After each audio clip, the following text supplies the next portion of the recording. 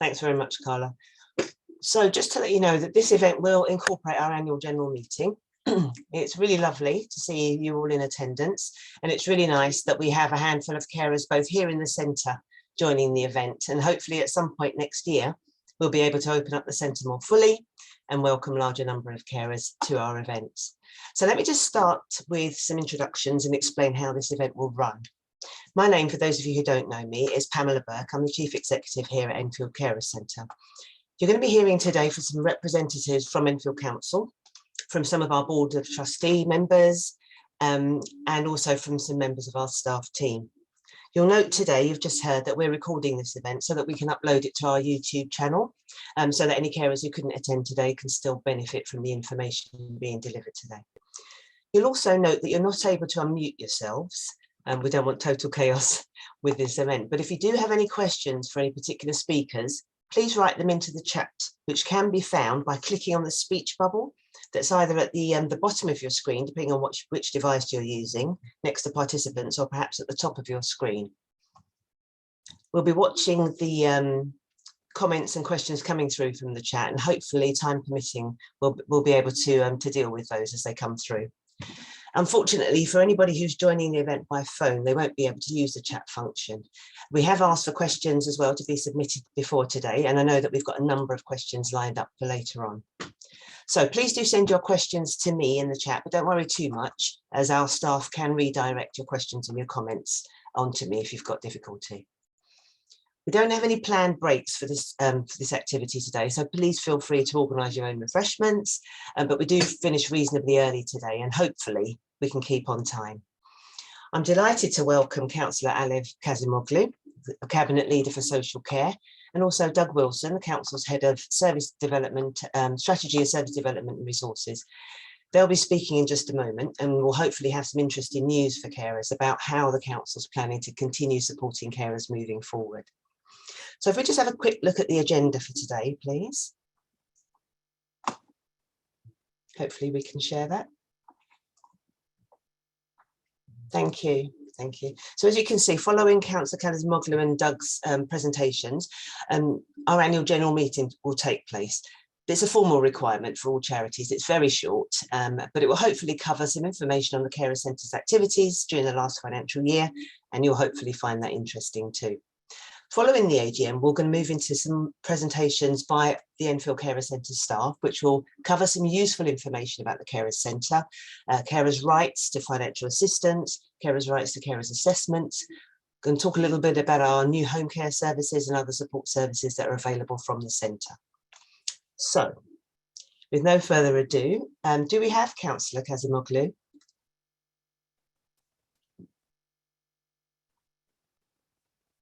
Perhaps she's not here yet, so perhaps Doug, can I ask Doug Wilson to step in? Is that okay?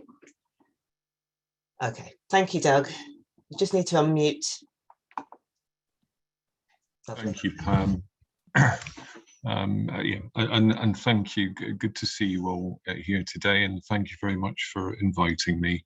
I'm sure Alev will be along at some point, and we'll have some things to say, so I won't kind of steal her thunder, but I just wanted to share some thoughts of my own with you about the last 20 months and about the period of time that we have ahead of us.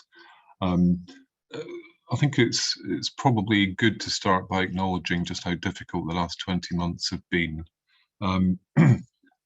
You know, this has been an unprecedented time for all of us, I think. Very few of us will remember far enough back to a time where things were as difficult as they have been over the last 20 months.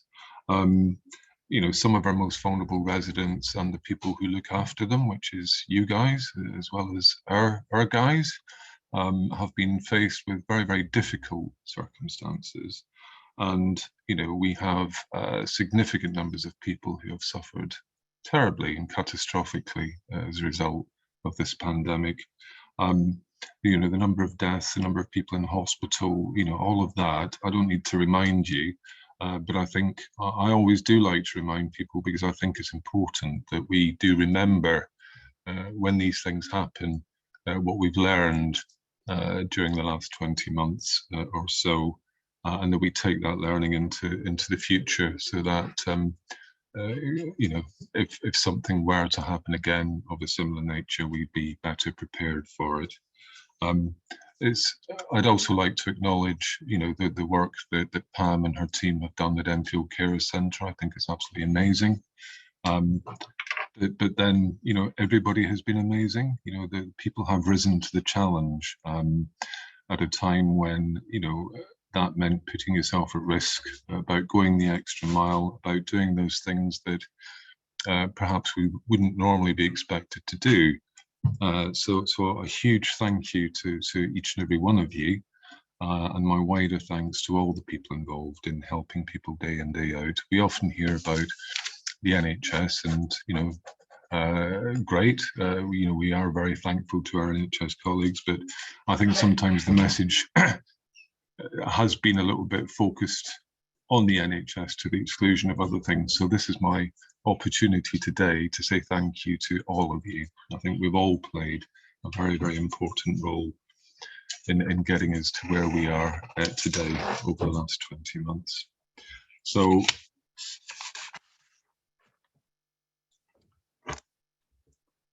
I wanted to start by saying that Enfield Carer Centre in particular have done an absolutely wonderful job. Not just over the last 20 months, I think it's fair to say Enfield Carer Centre are a beacon of excellence in terms of our voluntary sector and the work that they do. And particularly over the last 20 months have shown themselves to be adaptable, innovative, caring and passionate about the work they do to support carers in our community. You know, the slides that I've put together just contain some of the things that the service has delivered over the last 20 months. You know, online support groups, telephone and video counselling. You know, how many of us have gotten to that position where we've had to learn new skills, talking to each other on screens, you know, remembering to unmute and mute and all those different things. You know, it has been a challenge, but one that people have risen to. Digital libraries, enabling people to borrow IT equipment and get themselves online, helping people to get to where they need to be in terms of transport at times when that's been really, really difficult. And all those various activity sessions that are really, really important in the day-to-day of people's lives. You know, those things don't just stop, and they haven't stopped. You know, they may be slightly different, and we may be doing things a little bit differently to the way we used to, and some of that will continue, I hope. You know, we have learned that people in difficult circumstances can adapt, can innovate. So that's really, really important for me in terms of the lessons that we take forward from this, that you know, we love the idea of face-to-face contact, of being able to see people, talk to people, engage. But I think we've learned over the last couple of years that, you know, there are different ways to do that, and different ways suit different people. We are all individuals at the end of the day. And, you know, a huge thanks to all those people who regularly volunteer. You know, without our volunteers, you know, we would not be able to do the things that we do. And people do it for love. They don't do it for reward. So again, my particular thanks to all of our volunteers that have contributed and will continue to contribute to the things that we do.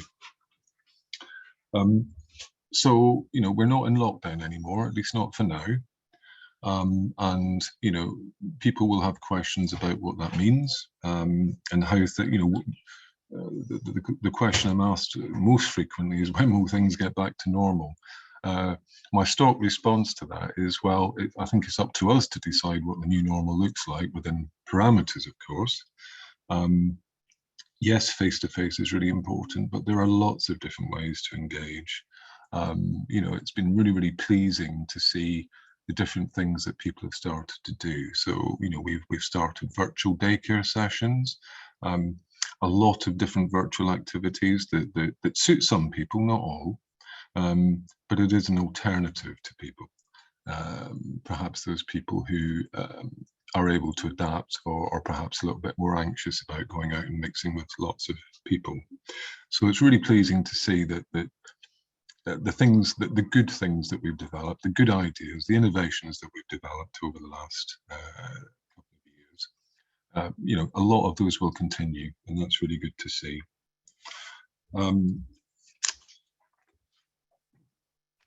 I wanted to make particular mention today, and this is something that the council did right at the outset when the pandemic hit last year, and that was acknowledging that people working in the community with our providers, so you know, paid carers, are often working for fairly small organisations. Not all of them have the capacity or the resources to provide really good comprehensive employee assistance program support programs. And what does that mean? Well, that means that if anything goes wrong in your life, you have that safety net there, that person to talk to provide practical support, counselling support, a whole variety of different kinds of support.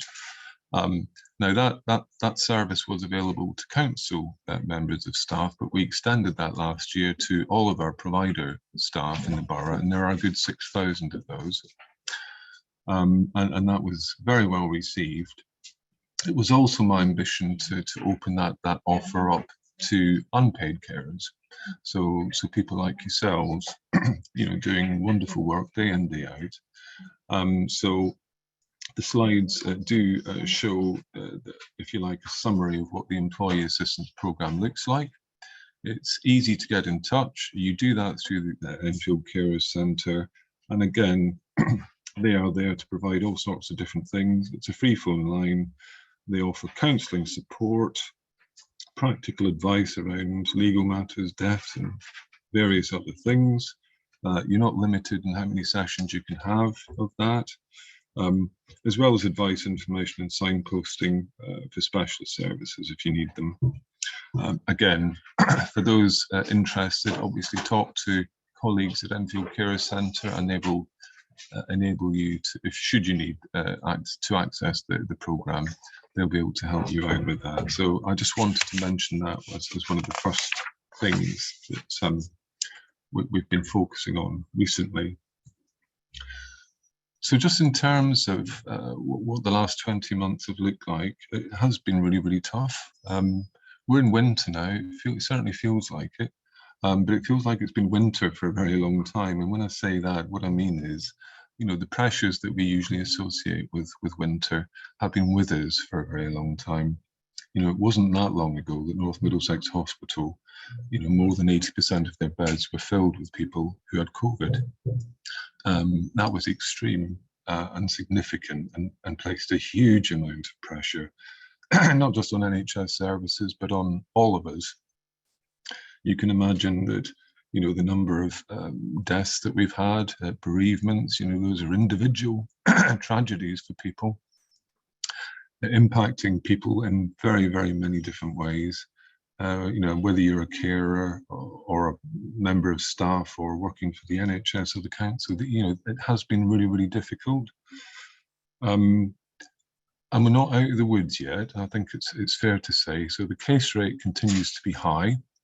The significant difference now, as opposed to 12 months ago, is that although we are seeing, you know, still very many people with COVID, they tend to be younger. They tend to have been double jabbed with the protection that gives them. So we're not seeing the number of people in hospital, or the number of people dying, or the number of people requiring assistance from the council necessarily. But that doesn't mean that you know, things may not get worse again before they get better. Obviously, winter does bring pressures of its own in terms of weather and all sorts of other things. But I think it's fair to say that the vaccine programme has been a huge success.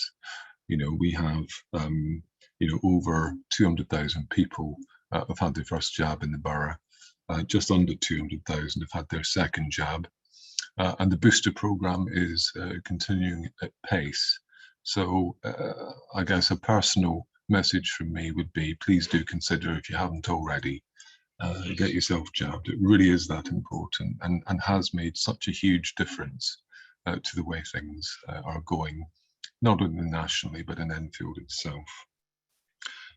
So with winter pressures here, you'd expect the council and its partners to be making preparations, which we have. So I won't bore you with all the detail, but we have made additional preparations for additional kinds of services to make sure that we have what we need if the demand for services does increase. That means more nursing beds, that means more domiciliary care support, that means more practical support on the ground for people if and when they need it.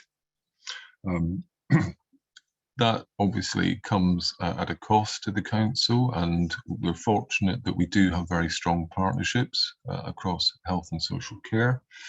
And I think it's fair to say that we do look at ourselves compared to others. So we're part of a North Central London sub-region. That's Camden, Islington, Barnet, Haringey, and ourselves. We do perform very, very well. People do not tend to end up in hospital longer than they need to in Enfield. And where they do need to be discharged, we tend to do that fairly quickly and efficiently and appropriately.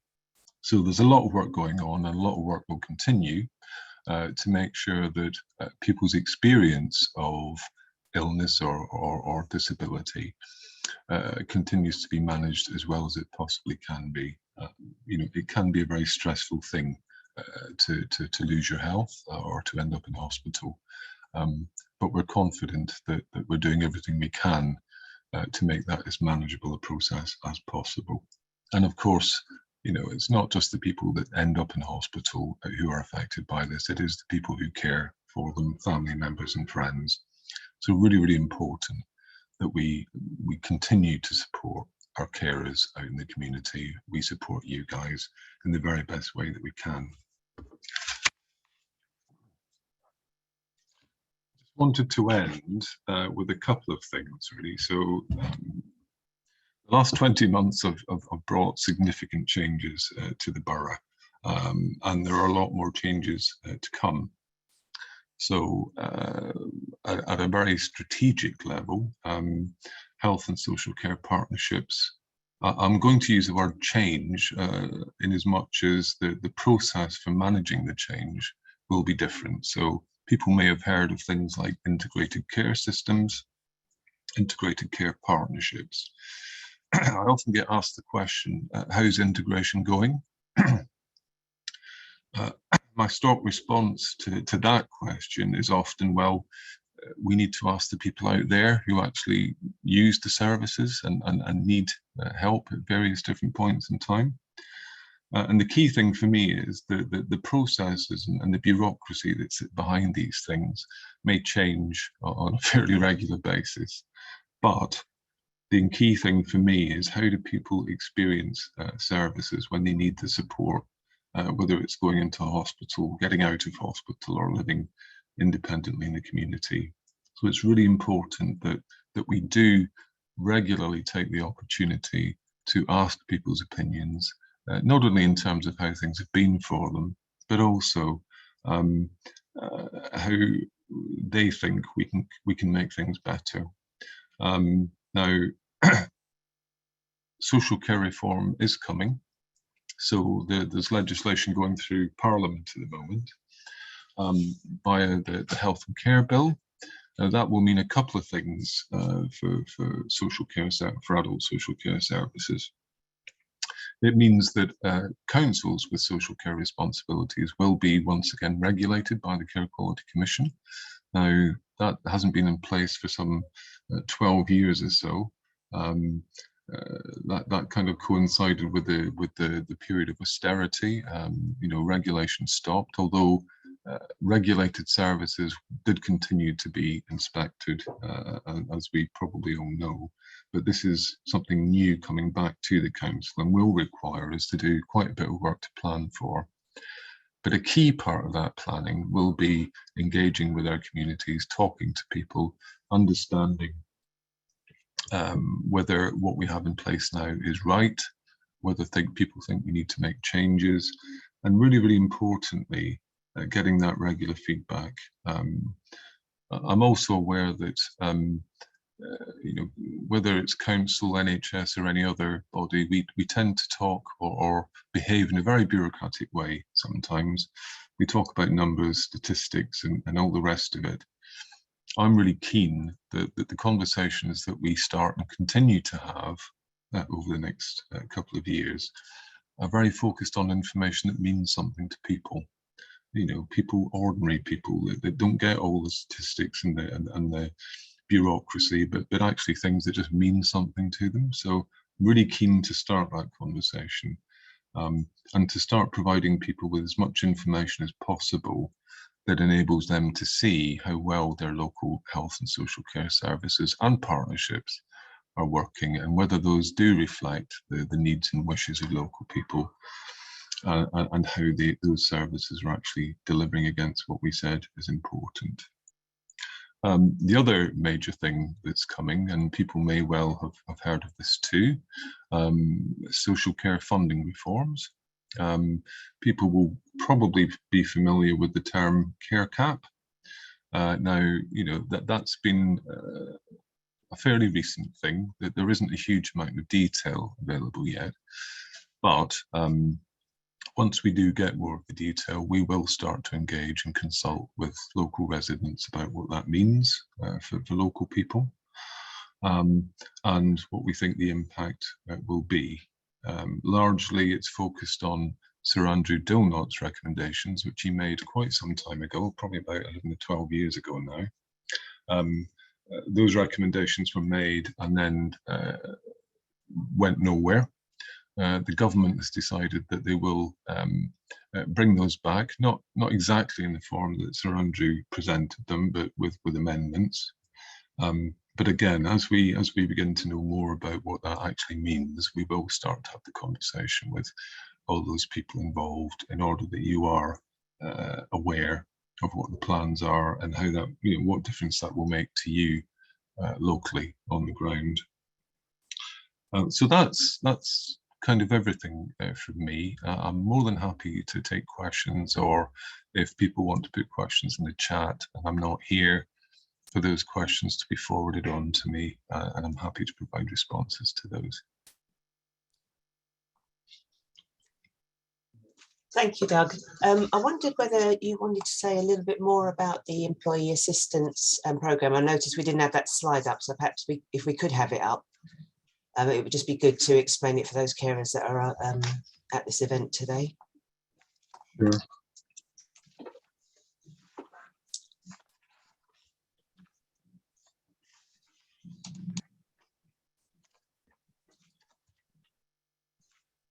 Thanks, Carla. Okay, so the employee assistance programme, it's a service which the council buys, and most councils and most large organisations will have something similar. It's a programme of assistance for people who, for whatever reason, whatever the circumstances, get into a spot of difficulty. Now, it could be a bereavement, it could be financial worries, it could be health issues, it could be a whole variety of different things. The service is there, it's completely private, confidential. It is there to work with you as an individual to make sure that you get the help and support you need. Now, I've always been very aware of the fact that, you know, whilst large organisations can provide this kind of service, it's not often available to people who work in smaller organisations or even members of the public. You do generally have to go through the tried and tested routes of going to your GP and all the rest of it, or indeed contact your local VCS organisation. I know Enfield Carer Centre do a lot to support people in this space. However, I just thought it was an additional top up to that, really, and it is there 24/7, 24 hours a day, 7 days a week. It never stops. So at any point in time, if people do feel they need a bit of advice, information, or practical support around a whole variety of different things, the service is there. Now, I think, Pam, you and your guys have been talking to Matt about getting that set up, and I understand it is established now. think If not, we're nearly there. right. There's some information that we're putting together that we'll be circulating, so we'll be able to put that in our next newsletter. Excellent. And yes, the access will be via the carer centre. So. Yeah. So yeah, so anything people need, obviously the Enfield Carer Centre should be your first point of contact, and they will enable you to make contact with that service if that's something you'd like to do and feel is necessary for you.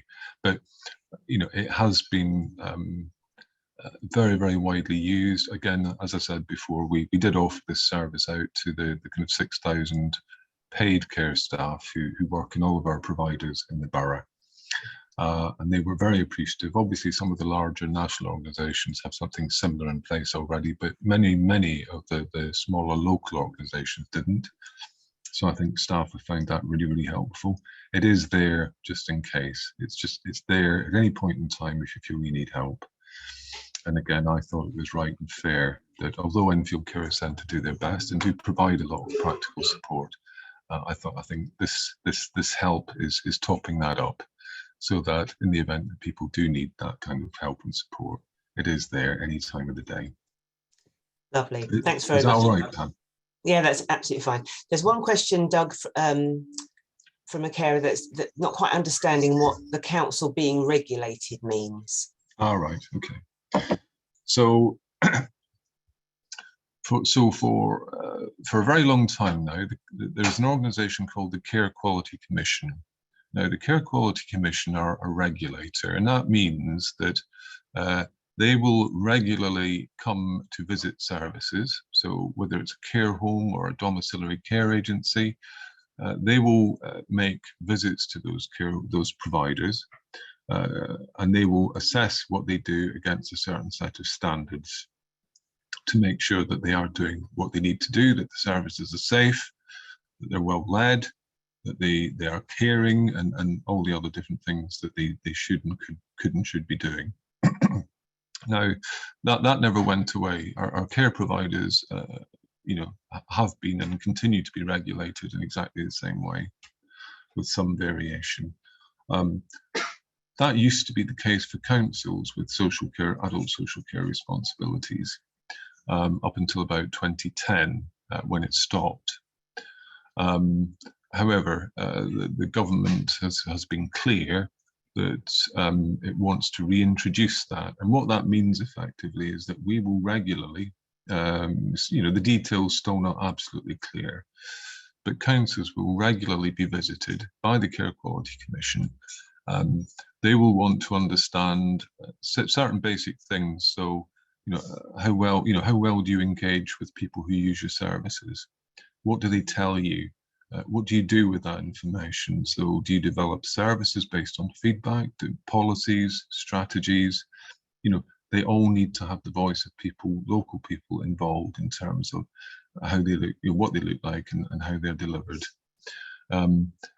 Even in terms of things like quality, how do we ensure that the services people get are of suitable quality? How much attention do we pay to that?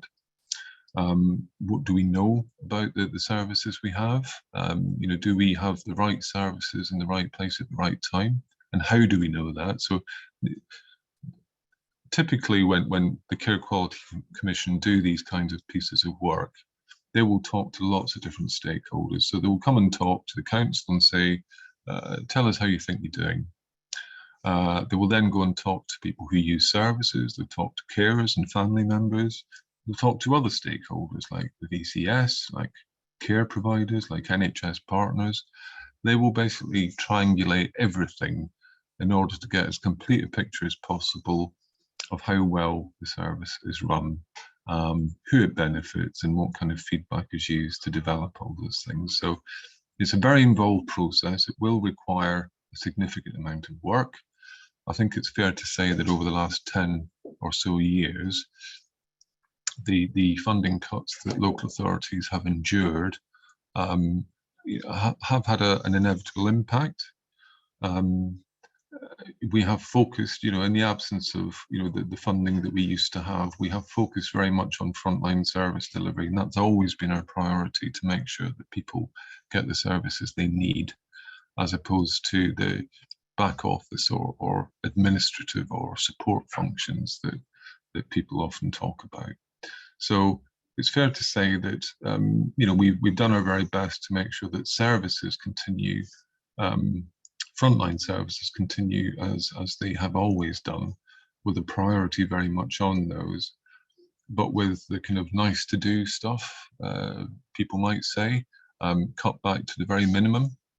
With inspection coming back, there will be further requirements and things that councils have to do in order to meet the requirements of the new inspection regime. So you can fully expect to be a lot more engaged and involved at different points in time than you have been over the last 10 years. I think we have engaged, but I'm sure it's something we could do better. The availability of good information, that needs to improve fairly dramatically. So a whole variety of different things will need to get better in order for us to be assured that we're doing everything we can. And this is not about getting a good inspection outcome, although of course that is important, but it's what that means for local people. A well-run adult social care department should speak for itself. And people's experience of services, their experiences should speak for themselves. So that's coming. That's likely to be with us within the next 18 months to 2 years. So there is a huge amount of work going on at the moment to prepare for that. And no doubt at some point you will be involved in certain things that contribute to the preparations for that. Thanks very much, Doug. I think there was one more question from the Young Carers team. Did you have that question, Carla? Hi. Yeah, thank you very much, Doug. That was really informative. I was just wondering, so the young carers have been doing an absolutely fantastic job during the pandemic, as they were before the pandemic as well. But they're in desperate need of support now, because many of them haven't had as much respite opportunity during the pandemic. Many of them have been worried about leaving the person they care for or going to school during the pandemic. And even now we're still seeing things like that. We had an increase in sort of safeguarding concerns, everything during the pandemic. As we're the only young carers service in the borough at the moment, we're really struggling with the demand because we have hundreds of young carers registered with us. I was just wondering, do the council have any plans to invest in any young carers services in the borough? Thank you, and it's really important. Speaking as somebody who used to be a young carer myself, and not so young carer anymore, but yes, from a very early age, I had significant caring responsibilities, and I completely understand just what kind of impact that can have on you as a person, as an individual. And of course, if people are experiencing difficulty and feel that a bit more help and support is needed, I'm more than happy to have those discussions to see what we can do. I obviously can't make any promises here today. But we are, over the next couple of years from now, looking at what services we develop. As I said before, are they the right services? Are they in the right place and dealing with the right kind of situations? So more than happy to have that discussion with you and others about what we can do. Lovely. Hopefully you can stay with us for a little bit as well, Doug, because we're going to be just showcasing some of the support that we've provided for young carers. Happy to do during that. The pandemic. Lovely. Thank you. So unless there are any other questions, and I can't see any others in the chat at the moment, I just wanted to put a shout out for Councillor Cazimoglu. So if you could raise your virtual hand, Councillor, if you are with us.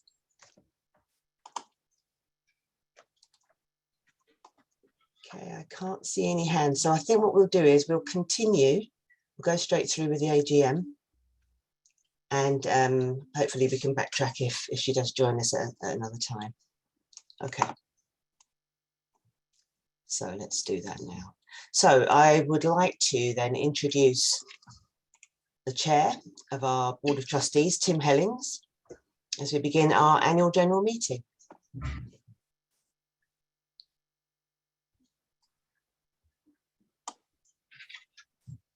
Are you able to unmute, Tim?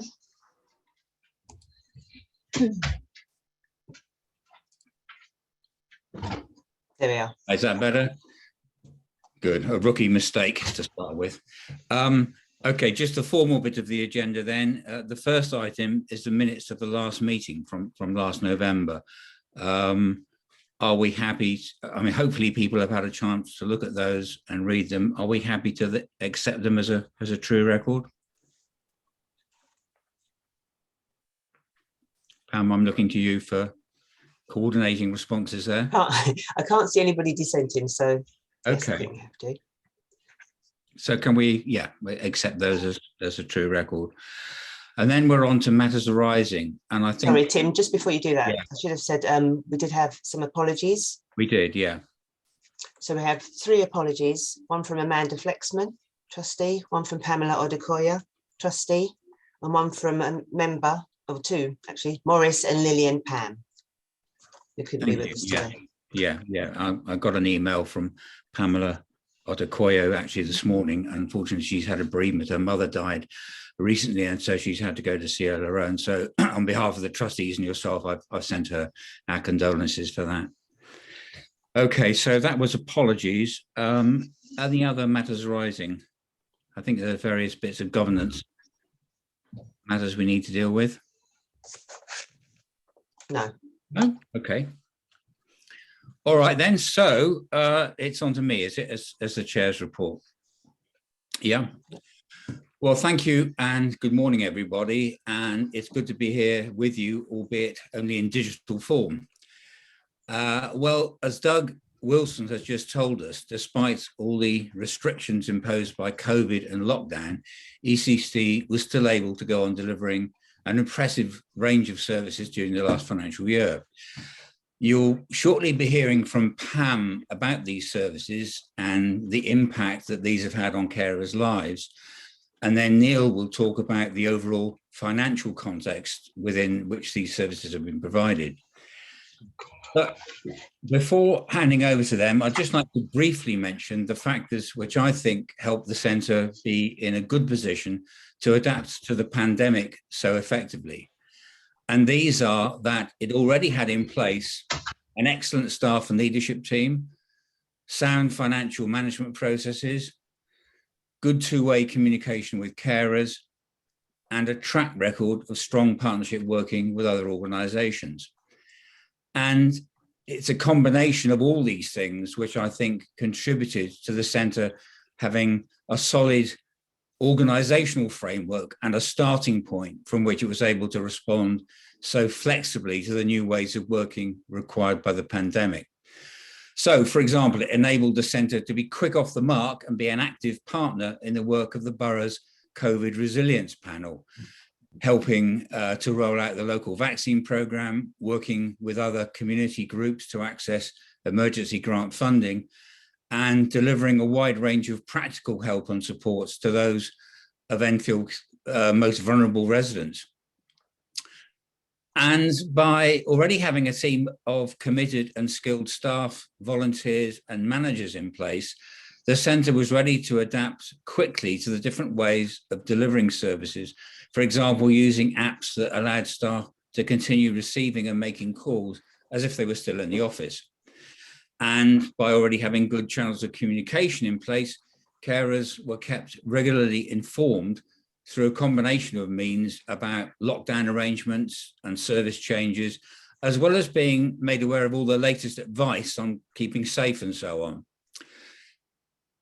We also recognised that to maintain good communication, it was imperative to make full use of digital resources. And so funding was used to purchase quite a large amount of IT equipment.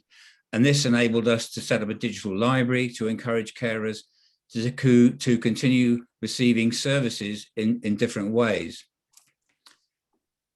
And in addition to having to focus so much of its time and resources on responding to the pandemic, the centre also had the capacity and the confidence as an organisation to take up a major opportunity for service development that arose during the year, namely to take on the home care support services previously provided by Carers Trust Lee Valley Crossroads, one of our long-standing partner organisations. So at a time when lots of other charities were perhaps having to downsize and put staff on furlough, we were actually in a position to accept the challenges involved in actually expanding our workforce by taking on this home care service, and also have an eye further down the line on being able to explore future opportunities for extending the range of supports that could be offered to people in their homes. Now, we know that taking on this regulated care service, and Doug has just explained what regulated means in that context, brings with it certain financial challenges and risks. But as you'll hear from Neil in a bit, the centre reached the end of the year in a relatively healthy position financially, particularly in contrast to lots of other charities struggling with their funding in the current climate. And indeed, on the funding front, the centre, on the basis of its past track record in successful service delivery, had its main contract with the Council for Carer Support Services extended for 2 years. Plus, in April last year, we were awarded a renewed contract by the Council for Carers Assessments. And I'm pleased to hear Doug acknowledging the centre as a centre of excellence, a beacon of excellence within the local voluntary sector. Now, in highlighting these organisational strengths that I think enabled us to respond effectively during the pandemic, this isn't to imply any complacency on the centre's part or any lack of acknowledgement that there is always room for improvement. And indeed, every opportunity was taken during the year to seek the views of carers on what they felt had worked well and not so well, and to get feedback on the extent to which they felt their needs were being met. And Pam, in a presentation to follow, will be touching on how these views have been responded to and some of the practical things we're going to be looking at in the future. There is also a strong appreciation by the board's trustees of the roles that have been played by the centre's fantastic team of staff and volunteers in delivering its services. They've had to cope not only with the pressures of having to adapt to new working arrangements during lockdown, but also the issues relating to the health and well-being of themselves and their families. And so I'd like to take this opportunity on behalf of the board's trustees to convey our heartfelt thanks to you all for the commitment and resilience you've shown during such a difficult year. And so lastly, I'd just like to look ahead briefly to the future and what's on the horizon for ECC and carers. The main priorities identified in the centre's latest business plan for this year and the next are to learn and act on the lessons arising from COVID, to continue working on the integration and development of the home care support team following the Crossroads merger, and to continue to utilise the different ways in which digital technology can support carers. And alongside these, we will of course continue with our ongoing aim to be the main voice championing the rights of and contributions made by local unpaid carers. And at a national level, a key message that emerged from the recent conferences of both the Carers Trust and Carers UK was that the pandemic has not only brought into sharp relief the immense strains put on carers themselves, but also the invaluable contributions they've made in supporting the statutory services.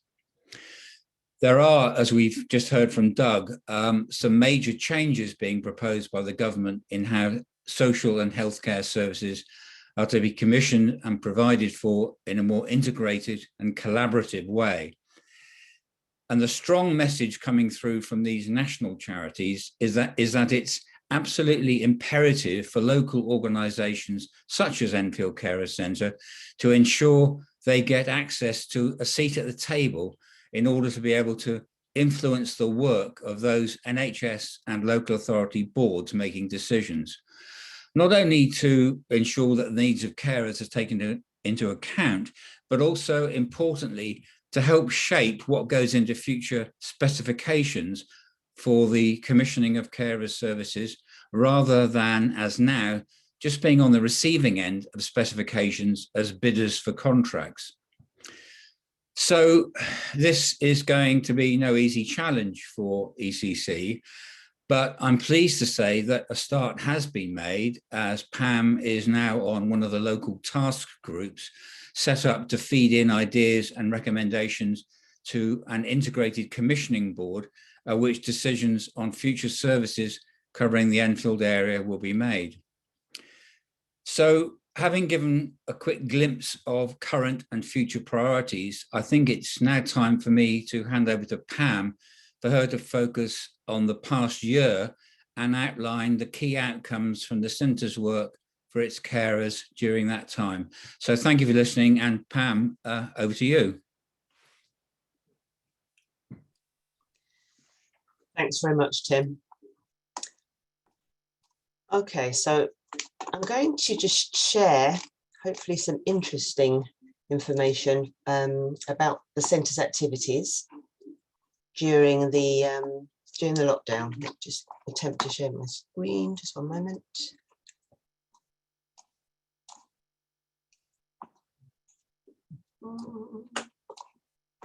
Okay.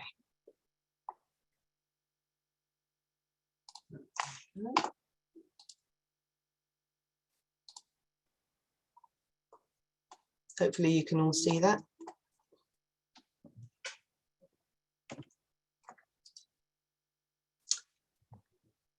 Okay, so clearly the centre, people are very familiar with on the whole. There's still a lot of work to be done, publicising the centre, reaching out to carers, reaching out to people who don't identify with that term carers. And so that's an ongoing thing for us.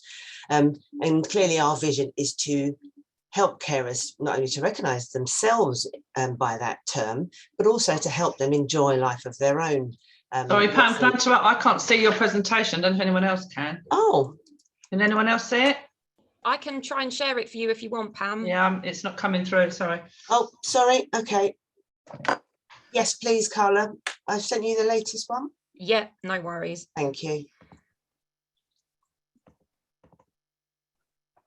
Thanks, Carla. That's all right.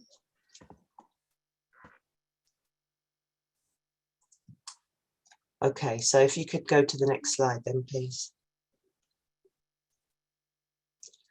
Okay, and the next slide, because clearly COVID put pay to a lot of those plans, both that we had, but also, you know, there was no opportunity during lockdown for carers to enjoy a life outside caring because they were thrust into 24-hour caring for many carers in very, very difficult circumstances. However, to move forward, sorry, to the next slide, because that's, thank you, Carla. As Tim explained, we did continue to operate as an organisation. We moved forward with the merger with Crossroads Lee Valley. The whole point of that really is just so that we could provide this kind of one-stop shop for carers, so that carers could come to the centre for support for themselves, but also to access services for their cared for person. If you move forward to the next slide, Carla, our aim really in doing that was to provide support for carers and cared for, and bring together a wealth of different services for people who needed that support and that care. But obviously during lockdown, it presented more than just a few challenges for carers. Carers were unable to visit the person they cared for. Suddenly they were very restricted by lockdowns. Carers were worried themselves about going out and exposing their vulnerable family members to the virus. And many carers were shielding themselves and their loved ones. And so they were unable to get, you know, shopping, prescriptions and essential items. Young carers were unable to access the support, and they were even more isolated as schools closed. And services for cared for people closed, and it impacted whole families during that time. We've all lived through that. We're all aware of lots of those difficulties. But there was an increasing financial hardship for people who are furloughed, people who lost their income totally. Carers are unable to access the respite that they so badly needed.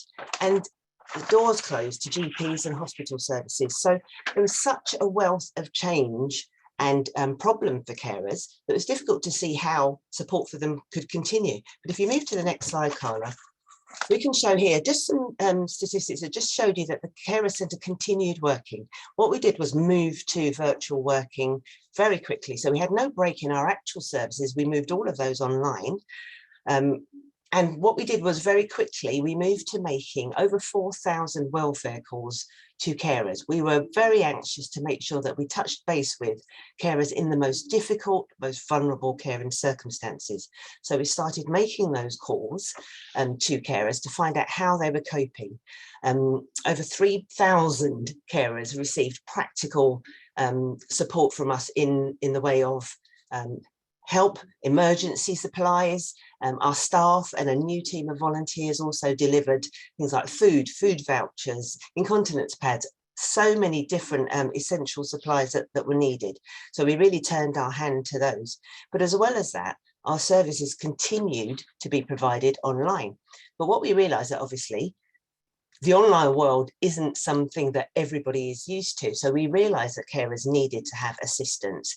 And we developed, with the help of some COVID emergency grants from Global Radio, we were able to establish a carers IT lending library. So we purchased tablets and laptops, and also with the help of our able volunteer Nicola, who's also helping us to present this event today, we were able to help carers to join our online activities. People not only just need a device, but they also need assistance on how to access Zoom, how to use the social media. So by providing them with a free device, they were able to not only access our activities, but also to connect with their family and friends and reduce their isolation during COVID. There's a long way to go. We still have to really help those carers who have fed back to us that, you know, the digital world is a very, very hard concept for them to grapple with. And so we realized that we need to help those who can do this, but we continue to have to help those who are not able to access the digital world. And that's why we're going to go on to see, if you go on to the next slide, Care, which I think talks about young carers and the continuing services that we provided for them, we were able to help the young carers, particularly before the schools got their act together with homeschooling. We continued to support young carers as well with group activities online, with homework and one-to-one tutoring, because we felt it was very important for the young carers who were already disadvantaged to continue to get practical help. And you can see there just some of the figures really with the activities that we were able to help young carers with. Again, we were able to supply young carers with laptops so that they continue their study, because we were aware that many families were crowded around mum's smartphone, trying to do their homework or sharing one laptop around the whole family with a number of children. So we were able to support them with some digital equipment as well. We also set up a transport fund with funds from Enfield Council and also funds from some other external funders to help carers get to and from appointments without having to worry about their safety and using public transport in the first lockdown. I've mentioned the welfare calls as well that we've, sorry, you can move to the next slide, please, Carla. I've mentioned the welfare calls that we were making. We were reaching out to thousands of adult carers, but also many of our young carers. We touched base with many of those young carers who had felt very isolated through the lockdown. We were also able to speak to those who hadn't joined our face-to-face activities prior to lockdown, but who during lockdown, actually that was the first time they had reached out and engaged with our young carers services. So it was really good to see that they've continued to be engaged. And as we've opened up and we've begun to have face-to-face activities, they're now also joining with us. So next slide, please, Carla. During the pandemic, our staff were recognised as key workers, and it was great that the council helped us to do that so that we could continue working, continue supporting young and adult carers. But it was also really important that the council helped us to recognise unpaid family carers as key workers. And through contact with the council, we were able to help our database of over 7,000 adult carers recognise that if they have registered with Enfield Carers Centre, we could provide them with a key worker letter that gave them access to priority vaccines when the vaccines first came online. And by showing their carers register card, they were able to be identified as a carer, as a registered carer, and also get access for priority shopping deliveries, and also early access to the superstores when the supermarkets are working with us to make sure that key workers were able to get the access to the essential things that they needed. Next slide, please. So our initial COVID response, I've already explained. Just click through, Carla, because it's going to be difficult for you to do that. We made sure that our phone lines were available so that carers were able to get in touch with us. They weren't able to come through the door, but they were able to get in touch with us. And whilst our staff were able to get access to the vaccine, we also made sure that unpaid family carers were also able to get that priority access. There were a few kind of hiccups along the way, but because we were able to kind of push through, work with the CCG and the local council, you know, carers told us those who wanted to get the vaccine, they really did appreciate being able to do so by showing their carers card and by getting priority access to that. Also, the fact that we were able to continue providing our online services, not only events like these, but also online activities such as yoga, dance classes, exercise classes for carers. These are all provided free. Money management sessions, and also our support groups so that carers could interact with each other if that's what they wish to do. Next slide. So as time's gone by, our COVID response has evolved a little. So now our doors are open to 5 carers that can come in to join face-to-face, as they've done today. 5 carers are able to come in to each of our online activities. So we can have 5 carers in the centre. There's a chance for them to meet people direct. Sadly, once those 5 places are full, the rest of carers can join online. And we're hoping that as the year progresses, the new year progresses, that we'll be able to widen those numbers and get back to as near normal as possible. If you click again, Carla, that talks again about the young carers and again about how families have felt about our continuing to provide a hybrid service. And that's what we'll continue to do. The next slide just shows you some feedback from a carer who was really moved by the fact that, you know, family carers were recognised in Enfield as key workers and as needing that support. And so we were really, really pleased that we were able here as an organisation to be able to support them right throughout lockdown. We know that there are still many, many carers out there that, you know, are still yet to really realise the support services that are here, and that's an ongoing piece of work for us. We realise too that with the hospitals and GP practices doors closing, that was a really difficult time for carers as well. And we are working with the Health Authority now, with the CCG, or the North Central London sector as it's now called, to really re-establish access for carers, because that's really, really important piece of work.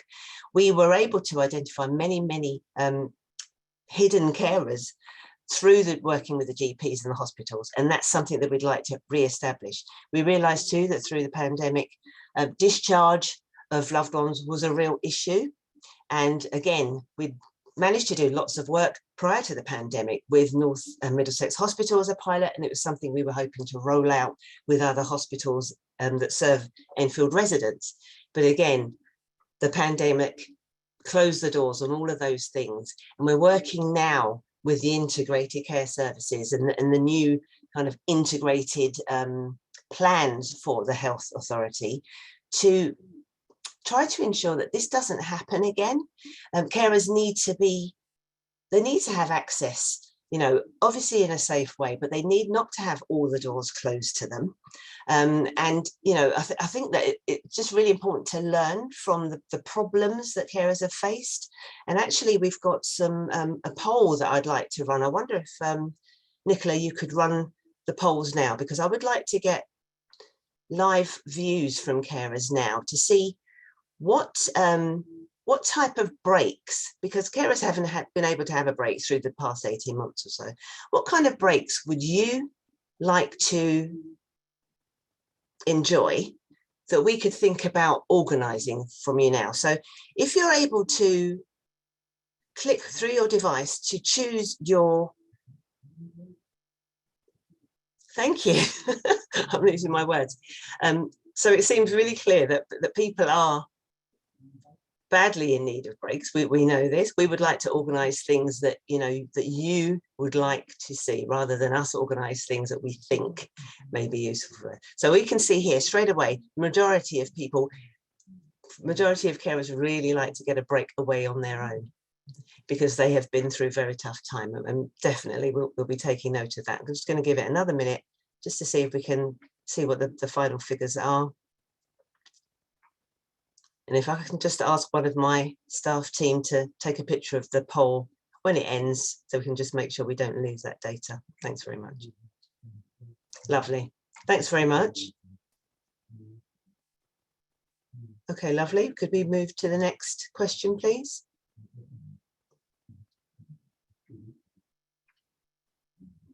Thank you. So what types of training or information workshops would you like Enfield Carer Centre to organise in 2022? So the choices are benefits, wills, trusts, lasting power of attorney, or some information on caring for somebody with long COVID effects. Now, this doesn't mean that we won't be running other information workshops or other training, but it's just to get an idea really of where we are. And again, we can see that money management benefits is a topic that definitely people would like information on. Thank you. Lovely. And just the last question, I think we're on to the last question. Thank you. Okay, so what's been most difficult for you during lockdown? Has it been the isolation, not having a break from caring, getting a GP appointment, struggling with benefits, juggling a job and caring? We know that that was a really difficult time, and we're talking about caring for somebody with disability or illness, but we know that some family carers were also juggling childcare at the same time. Or is it your own health and well-being?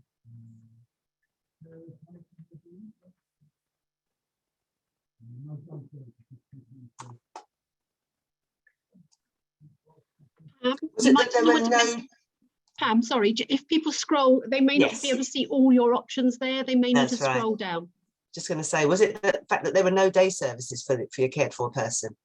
Or did you have difficulty accessing social care workers or council staff, health authority staff? Was it the hospital visiting restrictions that were a really difficult thing for you?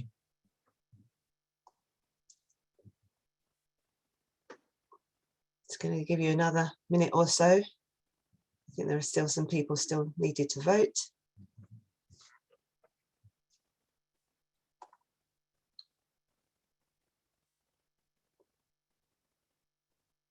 Nicola, was that the last of my questions for this section? Yes, yes. Did you want any more?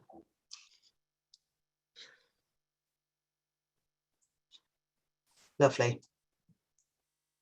Okay, so thanks very much.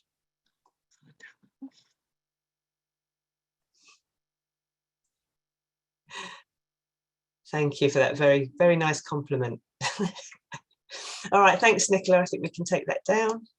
And Carla, you can move on to the next slide, which is going to be showing us just how the Carer Centre,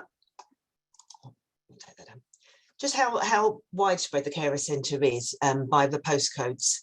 And you can see that other is obviously carers who are out of borough, but maybe caring for somebody in Enfield. Now, clearly, as I always say, there's still a lot of more work to be done. At the last census, there were over 30,000 carers in the borough. And whilst we know that we're not going to need to serve all of those carers, we are currently serving just over 7,000 carers on our carers register at the moment. But there's still a lot of work to be done. And carers, people become carers every day, people stop being carers every day. So those numbers are always changing.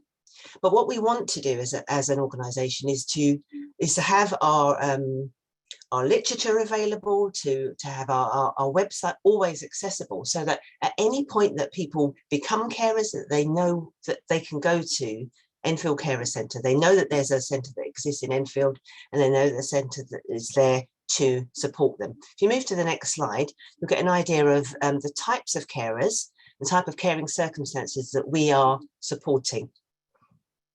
And as this slide shows, you can see that mental health, physical disabilities, which includes disabilities such as stroke survivors and other issues, autism and learning disabilities continue to be the leading types of caring circumstances.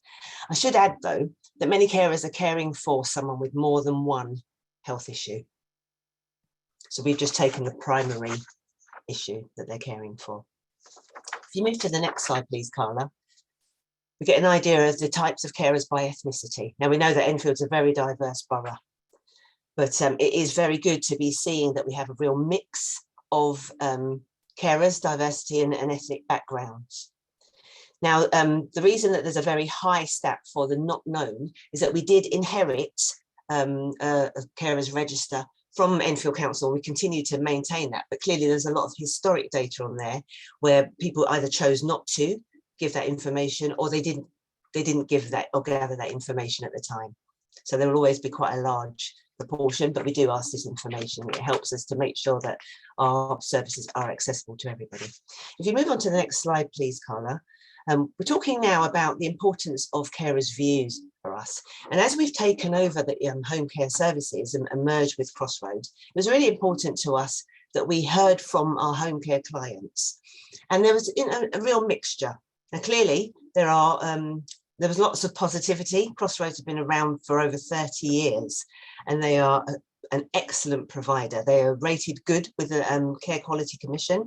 And as an organisation, in name, Enfield Carer Centre isn't yet rated by the CQC, but we've taken over an organisation and a home care service that is rated good. Our aim is to maintain that good rating and hopefully to achieve excellent status in time. But it's important that we heard from our home care clients. It shows a range of feedback there. And if you go to the next slide, it also does show some areas that we need to improve on. So we're listening to what carers have said. And for example, they've said to us that, telephone communication needs to be addressed. It was a big change for carers going from the Crossroads number coming over to an Enfield Carer Centre number. So we've now revised our phone system again. Just last week, we changed the options. We want to make it easier for carers to access our services. So now, as well as getting a much clearer options, much clearer options on our main number, there's also now a direct number for home care clients. So we will now be making sure that all of our home care clients get the direct number, they get the Carer Centre 366 number, and also obviously there's also the 24-hour emergency line number for our home care services.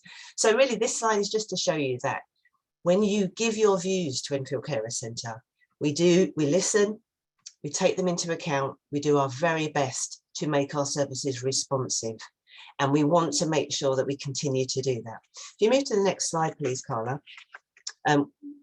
As a main carer centre organisation, we also conduct an annual survey. So we also want to hear from other carers, not just carers using our home care services, but carers using our general carer centre services. So we ask them how they feel about our services. We ask them whether the services we provide are actually hitting the mark for them. And clearly there's a breadth of view, but hearing carers' voices and getting your feedback in terms of what's needed in terms of support and services, or what's missing in terms of statutory support or support that we provide, that helps us to improve our effectiveness. And that's why our annual survey is really crucial. This year, to be fair, we got the highest number of returned surveys. So it might have been a bit of a lockdown factor. People at home had a slightly more time to fill in the surveys. We're really happy to hear that because it helps us shape how we operate. And what we'll be doing at the end of this year and beginning of next is to look again at how we can review our services so that next year we can be responding to carers even better. And there'll always continue to be a hybrid service. So we'll continue to provide some digital services, online services, but we will continue also to provide some face-to-face services and get back out there in the community as much as COVID safety guidelines allow. So if we look at the next slide, it again describes how we respond to your feedback. So you can see there that carers have said they find it difficult.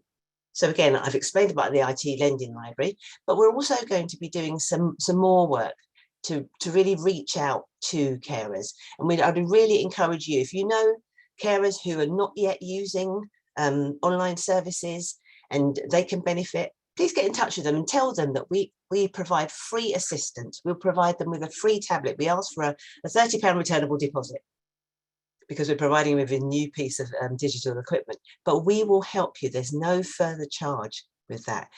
So we will help you to get online. Sadly, we won't be able to pay for everybody's internet service, but if we can provide you with the device, we're hoping that we'll be able to help you maximize your income so that, you know, we could help you to find very, very competitive internet services out there. So as you can see, through the survey, we've got some more information through the poll today, but through the annual survey that we conducted, people were telling us that, you know, 21% of the people that responded had difficulty with the long-term effects of COVID, and they want some help. So in the new year, we're going to be running some workshops so that carers will be able to understand the effects of the wide and varied effects of long COVID, whether they're dealing with that themselves or whether their cared for person is dealing with the effects of long COVID. We'll also be holding a series of free workshops, mental health workshops. So again, the initial workshop, and please do look out for these in the next newsletter that covers January to March. In that next newsletter, the mental health workshop, the initial one will be talking about how you as family and unpaid carers can look after your own mental health and well-being. And then there will be several workshops that will be talking about specific mental health diagnoses and how you can support that person. Sadly, many carers have lost loved ones because of the pandemic. And that, again, that was another area that carers said they really needed assistance with. So at the moment, our bereavement group is helping carers to deal with the 7 stages of grief. We'll be running that again in the new year, but please do dip in and out of those groups. Helps you to deal with, you know, the effects and the emotional effects of having cared for somebody. So again, if you know somebody who has been caring for someone who is now dealing with bereavement and they need some assistance, please do tell them. Next slide, please. Yes, I do. Welcome to Councillor Alev Cazimoglu. We'll be coming back to you hopefully shortly. So finally, we want to thank all of our funders. Definitely thanking the council for supporting and continuing to support Enfield Carer Centre. Thank you to the wealth of funders out there and private businesses such as MetaSwitch and so many individual donors who really came with us to help us. You know, we were able to join the council's response. I think it was, I can't remember the name of it, but it was the council's community Enfield response during COVID, and also Love Your Doorstep that's continued to support us, so many local businesses. But really, my thanks really goes out to our staff team, because without our staff team and without our volunteers, we could not have got through the past 18 months or so. And so I really want to thank you for the hard work, the absolute flexibility. All of our staff worked through. Nobody at the Carer Centre was furloughed. We all worked through the pandemic. And I think carers really did appreciate it, and I certainly did. So I'm going to end there. I'm conscious of the time.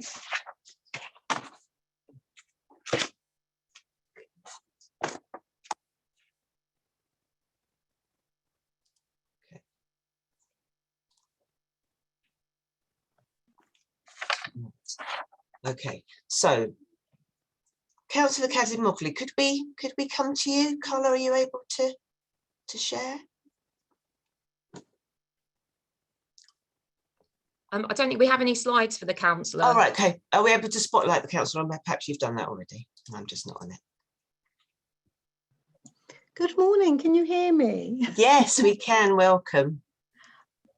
Okay, are we ready to go? Yes, you're ready to go. I wasn't ready to go, was I? First of all, can I just, good morning, everyone. It's a pleasure to be here, albeit virtually. I'm really very sorry I wasn't on time, but I think many of you know that I'm a carer too. So yes, I'm here in my capacity as cabinet member, but I'm kind of here as a carer too. So it's great to be amongst friends. That's my dad sneezing downstairs, by the way, if you've heard that. So the reason I'm late is because I think most of you will know, because you know most of you are carers, and you know what it's like when things happen, don't they? Unpredictable things when you're a carer, when you least expect them to. So someone in the family was tested and was COVID positive, which meant a lot of work this morning, trying to move my very vulnerable mother to a part of the house and into a room that was going to mean that she was going to be safe. So I was busy doing all of that, and it's what you do, isn't it, as a juggling, as a carer, when you have to work and when you have to look after a loved one, and sometimes this stuff happens. So I know I'm amongst friends and I am forgiven. I am very sorry, but as I said, it's one of those things, and I'm sure you'll all relate to it. Thank you for inviting me. It's an absolute pleasure to be here. And I love coming to see you, and I love coming to your AGMs. But I want to really start by saying thank you for the work that you do, because looking after loved ones is it's an amazing thing to do, but it's really hard sometimes. So I think it's invaluable to have the opportunities like this for us all to come together and share our experiences, our knowledge, and just to have a little bit of contact and be around people who actually kind of know what you're going through. Well, if we thought it was hard before, COVID-19 and the last 18 months has affected the lives of Enfield residents far and wide, and especially those of carers and the people that we care for. Those with care and support needs have been particularly vulnerable during the pandemic, and there have been so many personal tragedies as a result. However, I think over the last 20 months have seen our communities come together to support those most in need. Cross-sector partnership working has helped get food, medicine and everyday essentials out to our most vulnerable residents, and work to support people manage the impact of COVID-19 on their daily lives continues. I'm really proud of all that work and of all the people who made it happen. And I think it was Enfield Stands Together, the name of the council response, and it really was us all coming together and starting that hub very early on, in fact, when nationally things were not working out, people were not being contacted, and Enfield, and I'm really proud of the work we did, all of us together to step up and get the food deliveries out, get the prescription deliveries out, put some bespoke services in for testing. Our learning disability service did some work around that, and then followed that through with the vaccination programme. So a lot of very kind of innovative work was done to make sure that we looked after people the best that we could. And of course, Enfield Carers Centre is one of our voluntary sector organisations at the heart of that work. And it's that focus on carers that's so important to me and to this council. You do what you do because you care, and you do what, and when you do need a little bit of extra help, our Carers Centre is here to provide that support. And they certainly did that for me during COVID and the challenges that I had as a carer. So thank you from me to all of you, to the staff and the volunteers at Enfield Carers Centre for their continued dedication and all the hard work. Thank you. Thanks very much, Alev. Can you stay with us, Alev, or do you have to? Yes, I'm staying. I'm going nowhere. I'm staying. Lovely. Because I'm conscious that, perhaps people might want to ask some questions, and then we'll come back to the AGM, because I'm also conscious that we haven't actually finished our AGM just yet. But I think you've got Doug. Have you got Doug Wilson there? Yes. So Doug's already presented. Brilliant. So, absolutely happy to answer questions, and Doug's there to give us any technical support that we might need. So absolutely, yeah. So I'm just looking in the chat. I can't see any at the moment, but if you're going to stay with us, there may be some that come through. Yeah. And so I will go back to my chair. because I think let me just check where we are. I think we now need to hand over to Neil, actually. Sorry, Tim, it's not you, it is Neil, who's going to take us through our annual accounts for 2020-2021. So if you could spotlight Neil, oh, lovely, thank you.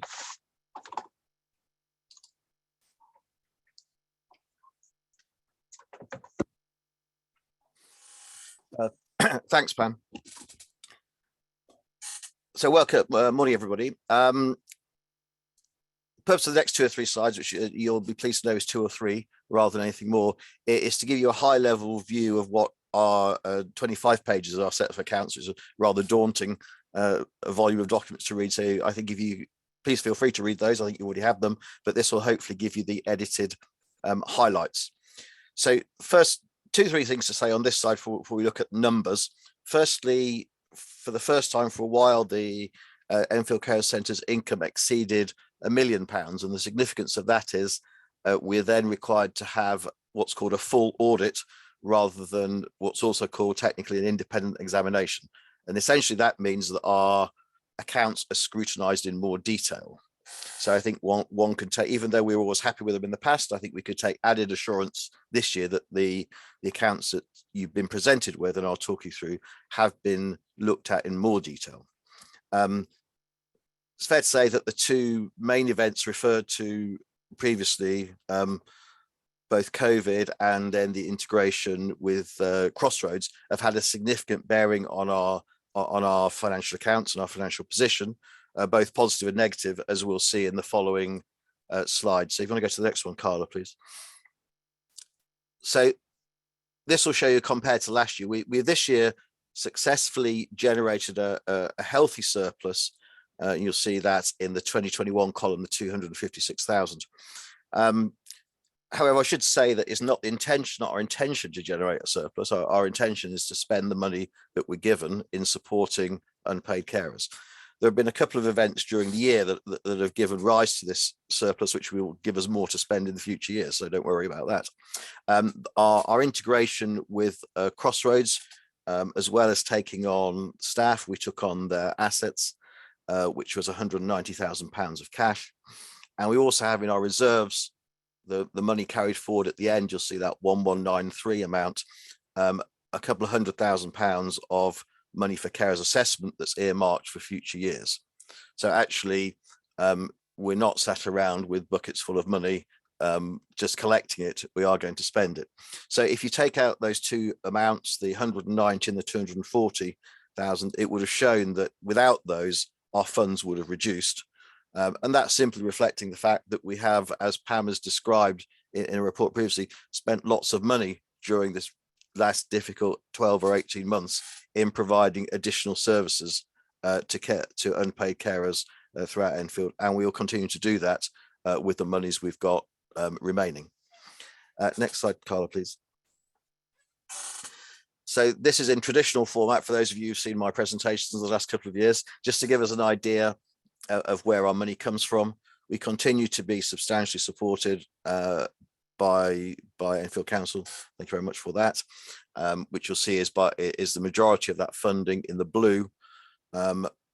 Moving around my pie, we can see there the money that we inherited, if you like, when we took on Carers Trust Lee Valley, and then the new amounts for this year are the Homecare amounts. So we've generated in the period we're looking at, which was only 5 months of a full year, £110,000 in delivering home care services. And we've also had in yellow a number of COVID support grants throughout the year, largely provided through the council. Next slide, please. That's just final slide already, so you'll be happy with that, no doubt. So our expenditure, if we compare it year on year, has increased by 250,000 and 200,000. So the vast majority of that is on staff costs. And that relates to 2 things. It relates to the care support workers and the central team we brought on from Crossroads. And it's all the additional work we've been doing as described by Pam through the pandemic, and additional posts that were created to enable us to deliver more and more services. So hopefully you'll be able to conclude that's the right thing to do, and you see the vast majority of the money is spent on either the maintenance of the office and equipment, or in employing people that actually do the work that's been described in the previous minutes of the presentation. So in summary, as you'll seen from that first slide, we're in a very strong financial position for a charity of our size. And I thought here emerging from the pandemic, with my fingers crossed emerging from the pandemic. And as Tim has described, I think a very strong position compared to similar charities. And I think there's finally looking forward, and I reflect on why have we got this substantial amount of reserves? I've said to you we are going to spend it, and we will, because there is no point in accumulating reserves, because we need to make sure we're providing services to those who need it. However, a couple of factors. Public sector funding will get tighter, even though we're very well supported by the council. You will have heard all the stories about there being less money to go around, more unpaid carers to support, and also we don't want to, we do want to be around for many years to come, so that we don't really want to be spending all our money that we've got over the next couple of years. We're looking at trying to spread it over an extended period, to give ourselves a little bit of contingency to ensure that we can, I'd like to say last forever, but let's say last as long as possible. So I think you can be content with the fact that we're in a strong financial position. We'll continue to provide the services and more services than we've been provided in the last year, and hopefully that 3 pages saved you reading 25. So thank you very much.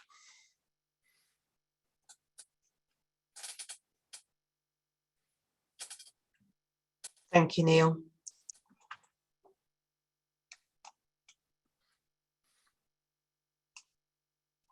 Okay, so I think I'm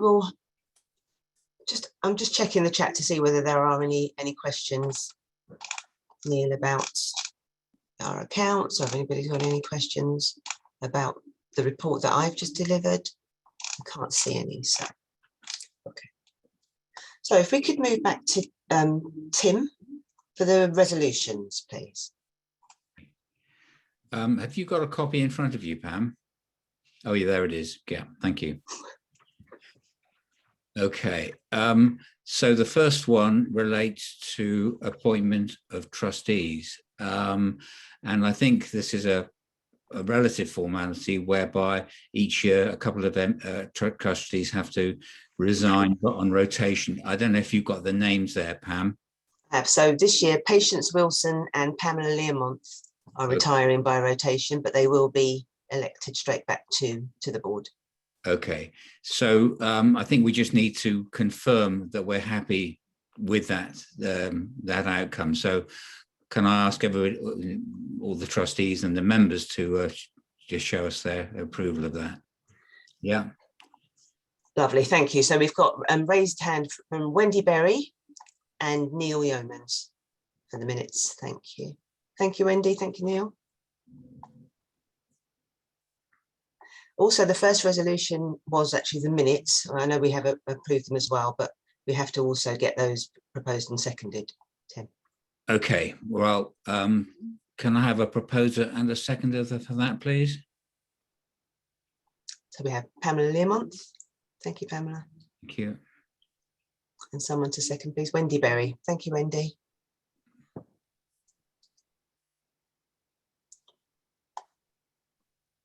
Okay. Okay, so going back to the agenda then, the adoption of the financial accounts for 2020-21. Hopefully people will have seen the summary, will have heard the excellent summary from Neil of where we are financially there, but can we just formally approve those accounts, please? Yeah, thank you, Anne Campbell, our newest trustee. Thank you, Anne. And Patience Wilson. Thank you, Patience. Okay, and then there's the issue of adoption of firm of accountants, and I don't know whether Pam or Neil, you wanted to say a little bit about what that entails. Okay, so we had appointed a firm last year, but in the interest of best value, what we would like to recommend to members is that the Board of Trustees are given delegated authority to re-tender for our audit and accounting services.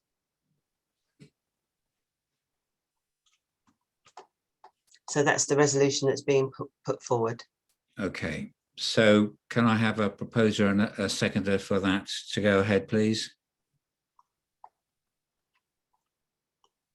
So lovely, thank you. Off and paid. Thank you very much. Okay, and so we're on to any other business. I don't think there's anything from me, Pam. How about yourself? Okay, so I don't have any other business, but there is a question in the chat, so I could we take that under any other business? Yeah. It's actually a question for Neil. Will such a large surplus negatively impact on future tender bids? Have I successfully turned myself back on? Yeah. Yes. Good. I think the extent to which we are able to describe what our funds are designated for will enable us to access tender bids. I think what also finds quite commonly now is on tenders, the grant giving or tendering organisations like contributions from the charity itself, so they can be able to match it. So we might be able to get access to, for example, £100,000 if we're prepared to put in 550,000 of our own, and then there's some kind of a matching. So of course, if we had absolutely no money, we may be looked at favourably by funders, but that wouldn't be very helpful for us as an organisation. And I'm exaggerating, obviously. So I think the keys to this are having a clear idea and clear explanations in our accounts or the publications of how the monies we've got are going to be spent, and then looking for funding and grant applications that would look favourably on contributions by ourselves towards the total budget.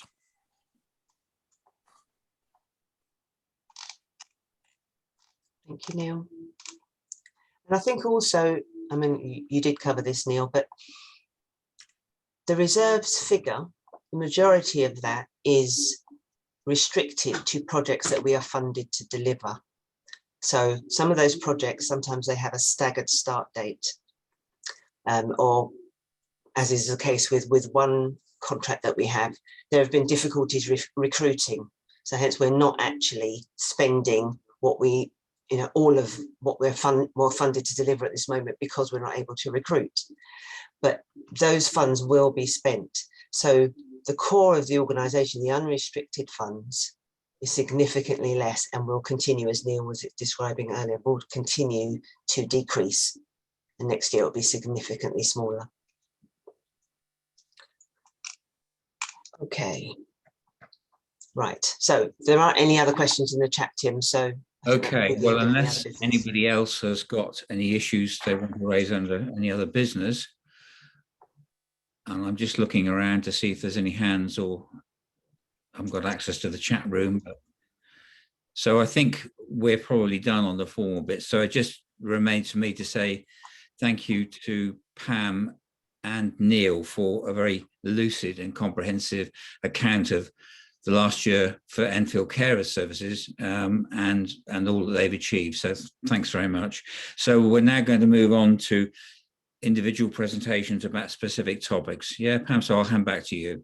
Lovely. And just before we do that, sorry, there was a question in the chat for Councillor Cazimoglu. Let me just have a look. Okay, so the question isn't related directly to Enfield Carer Centre or to council services for carers, but there is a connection. So a carer has raised the issue of the council's LTN policy. So the road in which they live has actually been blocked at one end due to the council's LTN policy. And there have been 3 significantly delayed ambulance arrivals as a result of the LTN road closures, putting the life of this carer's loved one at risk and others. The carer also makes the point that pollution is also increasing, causing them additional breathing difficulties. And the loved one can't walk or use public transport, so this is having a significant impact on them. And they're asking whether these counterproductive roadblocks could be removed. I know that the LTNs have generated quite a lot of discussion in the local papers, so I just wondered, Councillor, if you wanted to come back on that. Hello, can you hear me? I don't know if I've got my video on. Yeah, we can hear you. Okay. And we can see you. Okay, well, I can't see myself, which is probably a good thing. Okay, so I've drawn the curtains and I think the light is a little bit better. Thank you for that advice, Debsy. Wow, the LTNs, hey. Well, do you know, I've been a councillor for a long time.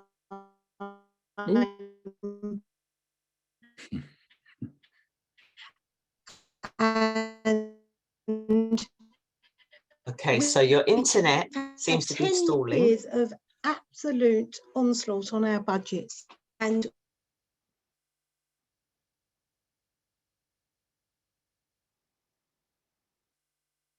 okay, so we're probably going to have to wait till another time for the answer to that because you're completely frozen, Councillor. So what we'll do is we will move on because of time, and I think we'll endeavour to get a response at another time to that. So over to you, Marion.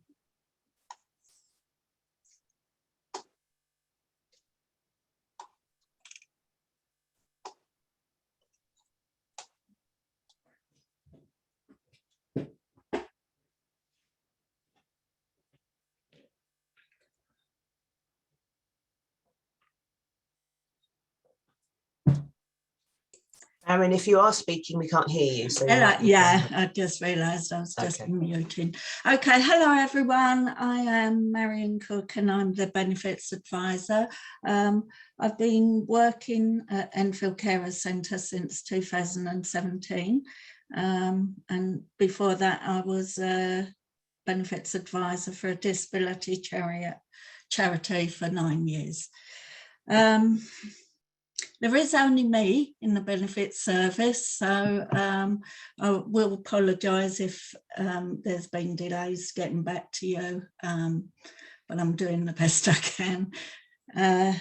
Okay, so Carla, would you like to put my slide up for me? Okay, so we're now looking at the government support coming to an end, things such as the furlough scheme. Those that can't work from home must now or should go back to work. Obviously, I think there's going to be a lot of changes where a lot of people will be working from home, but the furlough scheme has now closed. Also, the £20 uplift for universal credit has gone, and lots of people on universal credit have lost between £80 and £90 a month, which has left them struggling, of course. Benefit sanctions have also been removed. This is particularly relevant to people on universal credit. And I read the other day that the sanctions are now at their highest that they've been for many years. The other thing that has been removed is the restrictions on evictions, and I believe it's been on the news just lately that many people are now being evicted.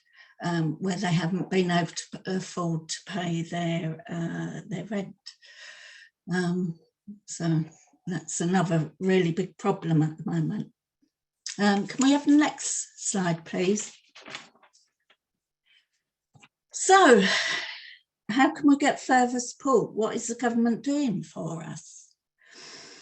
So, one of the things that was mentioned in the autumn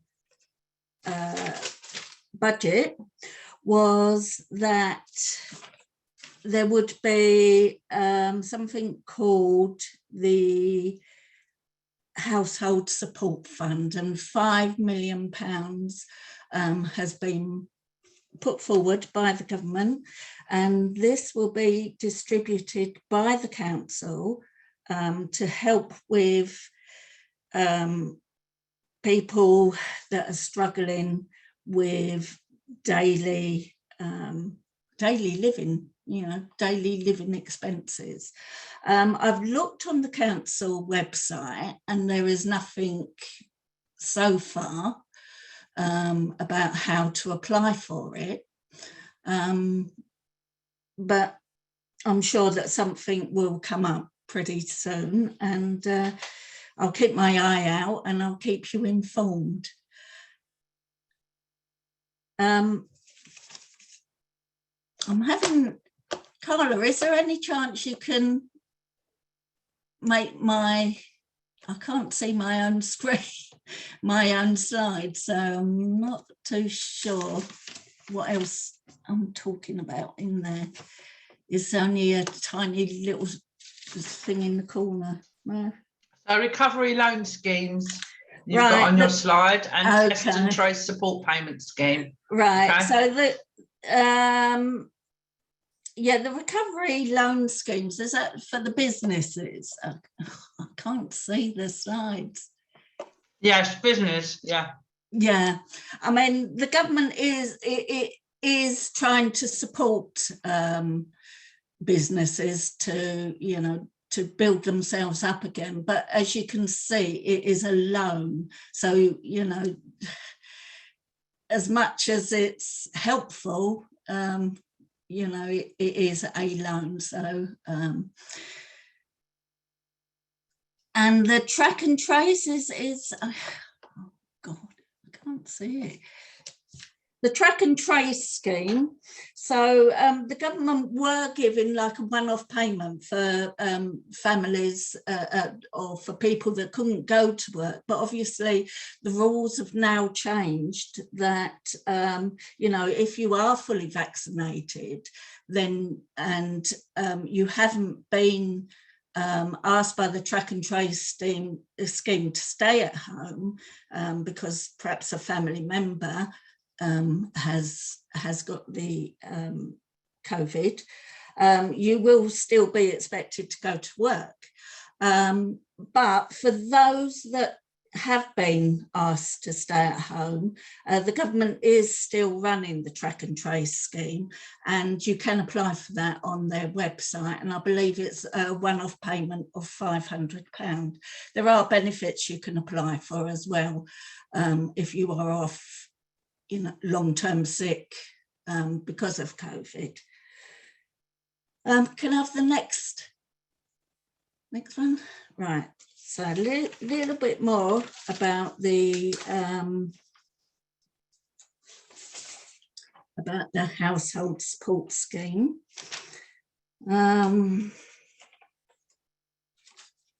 So, as I said, in the budget, the government said that 500 million would be available to vulnerable households across the country to help with essentials over the coming months while the country is recovering from the pandemic, and that this would be distributed by the councils to help with food, clothing, and with utilities, along with the other support for utilities. As also the government has put into place a price cap, and the government have also increased the national living wage as well. But I'm also aware that the government has increased the amount of national insurance contributions, not national insurance, I've forgotten the word, how much we have to contribute anyway. So I will try and keep everyone informed as soon as I hear anything more about the Household Support Fund. I mean, if people are struggling as well, we also have grants that we may be able to help with utility bills. Also as well, there has been, on the Martin Lewis has contacted the DWP and asked them to stop sending letters about swapping your utility suppliers, because with the benefit cap, if you swap and you aren't on a certain rate, then the cap won't apply to you, so you could end up paying more. So your utility suppliers should be getting in contact with you and talking to you and giving you the best options so that you are protected by the cap. But you know, so don't think automatically anymore that the best thing to do is to swap your suppliers to try to save money. Can we have the next screen, please? Okay, so some of the benefits that I can help you with. Oh God, I can't see. So obviously there's all the disability benefits that I can help you with, such as attendance allowance for people pension age and above, disability living allowance for children up to the age of 16 and pension credit. There is also the carers allowance. There's universal credit. I'm limited as to how much support I can give you with universal credit, but I can certainly give you advice on universal credit. There is a universal credit help to claim line, which can support you in your claim for universal credit. But I can certainly give lots of advice about universal credit and check that you're receiving all the additional amounts that you should be for your universal credit. Tax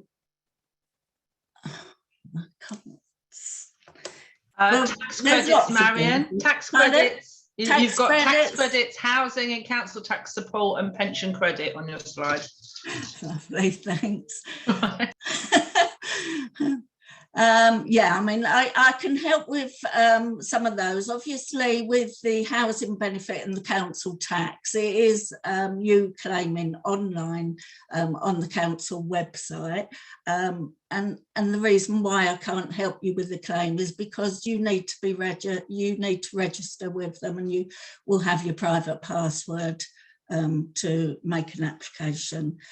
But again, I can give you plenty of advice and do a benefit check to ensure that you are getting the right amount. Next slide, please.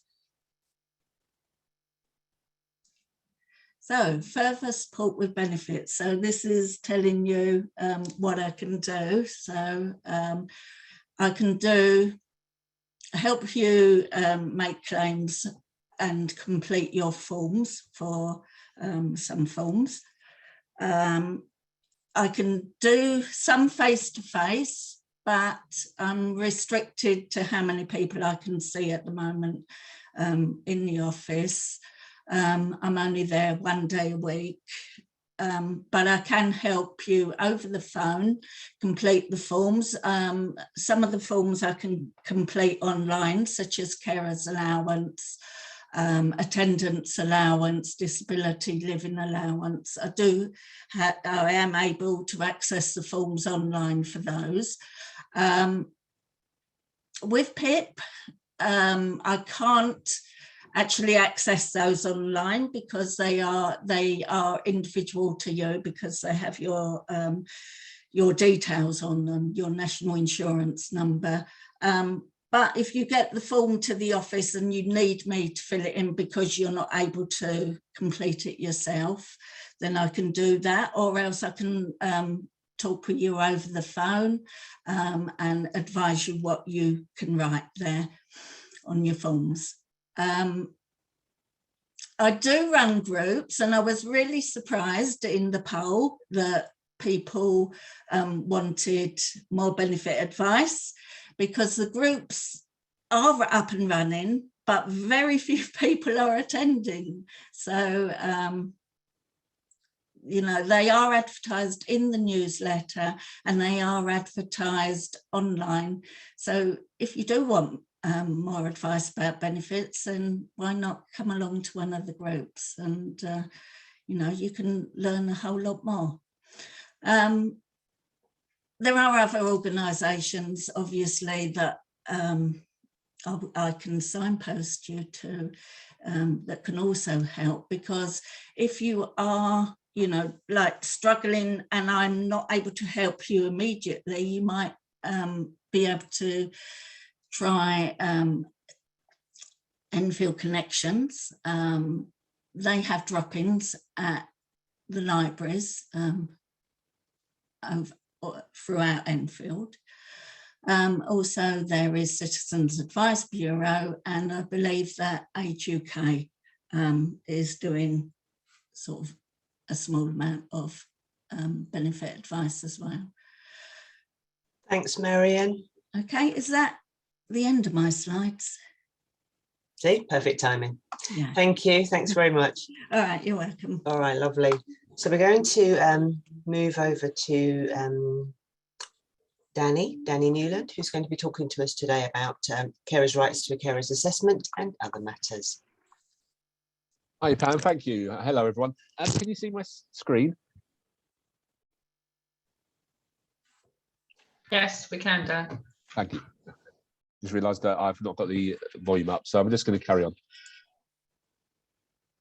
Okay, so this is going to be focused mainly on the assessment part of carers' rights, but I just wanted to kind of talk about general statutory rights that people have as carers. So when we're talking about carers' rights for this particular presentation, we're talking about where there's a statutory duty in legislation for a service to be provided, or where there's a statutory power for a service to be provided to carers. There is a bit of a difference. One is something that must be done, and the other is something that can be done after reasonable consideration of it. And the trouble is, it's often interwoven, especially in social care, where you might have a right to have your needs assessed, but then you might have a difference of opinion of how those actual services are delivered, and that's where the discussion comes in. And what it becomes quite complex, actually, area. So you might actually understand your rights at one point, but obviously there's a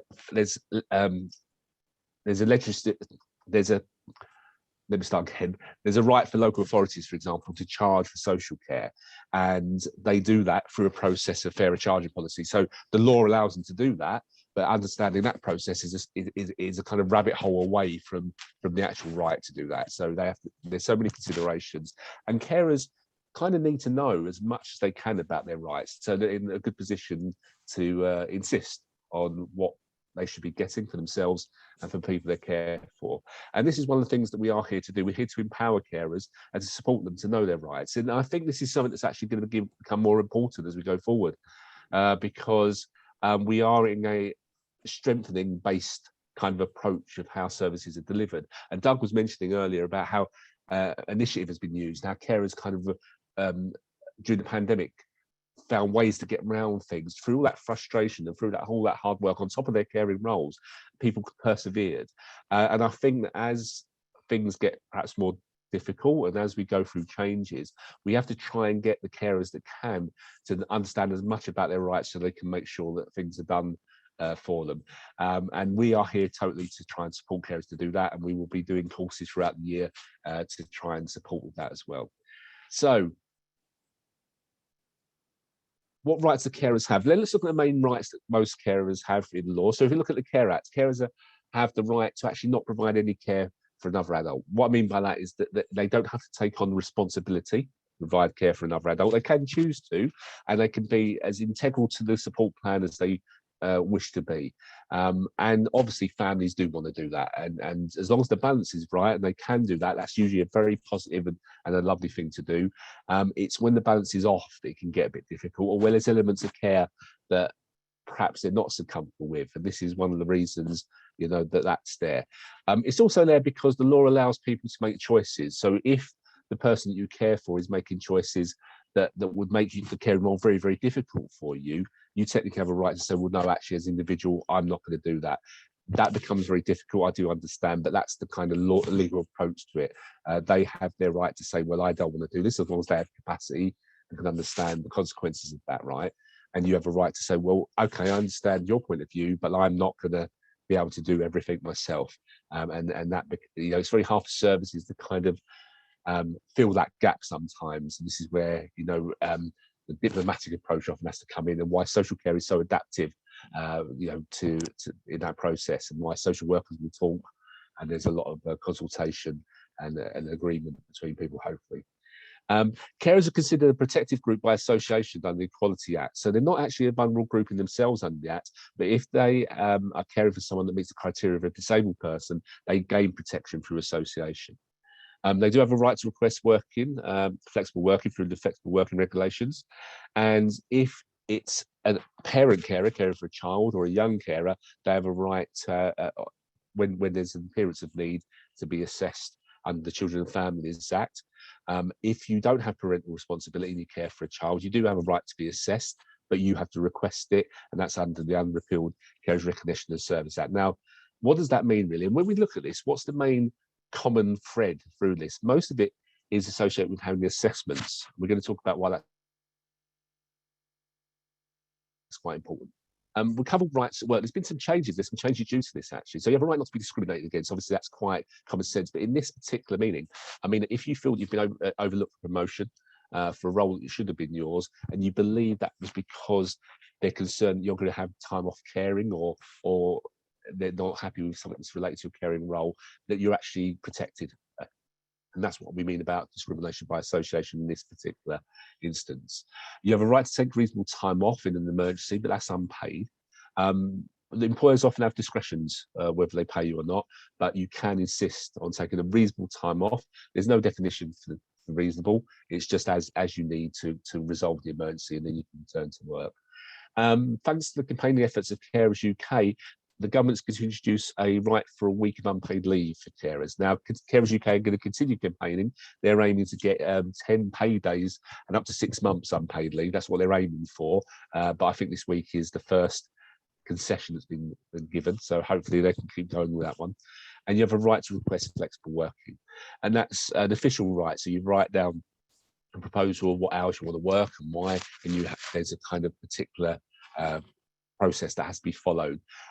Again, it's sometimes actually better to do that in an informal basis and actually talk. It allows you to ask more than once, where if you do it formally, they have to give reasonable consideration to your request. And as long as there's no business reasons why they can't do it, there's an expectation that they should be open to flexible working for you at work. I don't think it's always that easy. I think if we go back to January 2019, Carers UK estimated that 600 carers a day was giving up work. So I do feel that obviously caring and working is not an easy balance. Caring is very hard work, and then trying to do actual work on top of that is very difficult for some people, and just too exhausting and too unmanageable. But we hope that things will improve. And you know, when you don't look after carers in workplaces, you lose such professionalism, expertise, the cost of replacing them. It might be worth actually being flexible, but again, it is dependent on the business needs of businesses. I'm going to talk about young carers as well. So there's an expectation under the Children and Families Act that young carers should not be providing the appropriate levels of care. I think that's quite common sense. I think the difficulty is that families are probably be quite defensive about revealing just how much care a child is doing, especially when talking to statutory services, out of fear that it would look like an exploitation of a child in a way. But it's just families getting on with things. Caring is a very private matter, and even though we get the chance to speak to some wonderful carers and things like that, it is private, it is personal, and you know, it is very concerning. Even if, you know, it's a very positive social worker to be saying this is tough or this is hard or my child is doing this. And we understand that. And because of that reason, children that care do have disadvantages, natural disadvantages. They tend to struggle at school a little bit. They tend to be behind on their work. They can get bullied. They can be stressed, worried about parents. And I want to just say and tell you about Epic, which is the service that we provide, and just say a big appreciation to their team, because over the pandemic and generally, they've been providing advocacy, support school, tuition, peer interaction. So that's carers having the opportunity to be in the company of other young carers and getting the support and know they're not alone in the way they feel. Because it can be isolating if you don't know that other people feel exactly the same way that you do.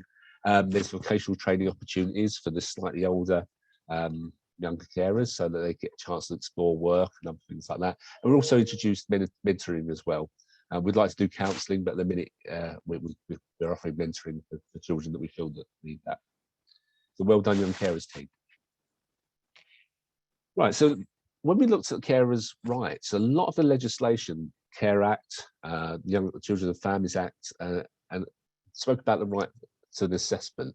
So it seems very important that carers have an opportunity to discuss their caring role and explain the impact that the caring has on them, what they're concerned about, and any issues that they think that they may encounter. And I think that's quite sensible, really, because this carers assessment should explore all these impacts that people have, and at the very least, allow people to be signposted and have access to information and support that can help them plan that journey out.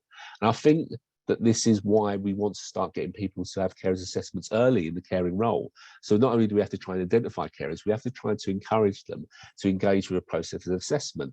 And I think that actually it's not, when you're talking to a carer, the first question they're going to ask is, well, what happens if I get assessed then? And I'm doing all right in a minute. Well, the chances are not very much is going to happen.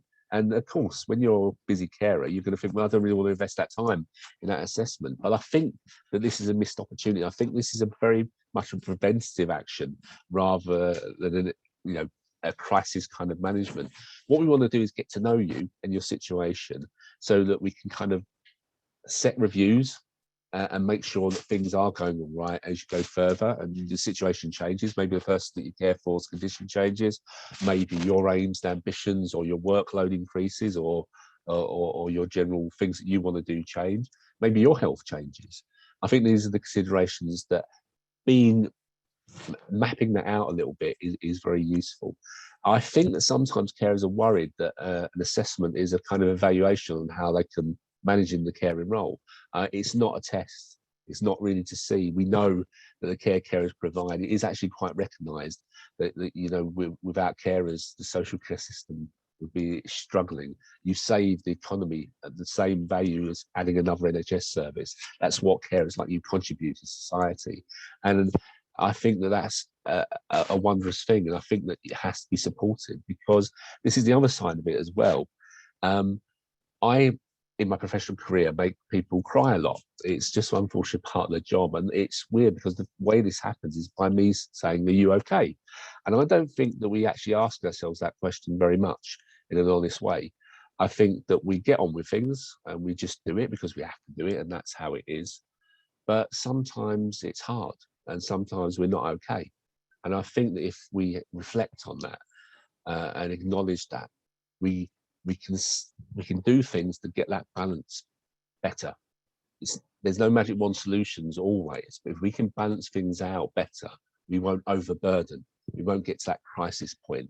And I think that anyone that's ever endured a long period of stress would have experienced that feeling that when it's actually gone, you didn't even realise you was carrying it until it had actually gone. You realise just how stressed you was that period of time.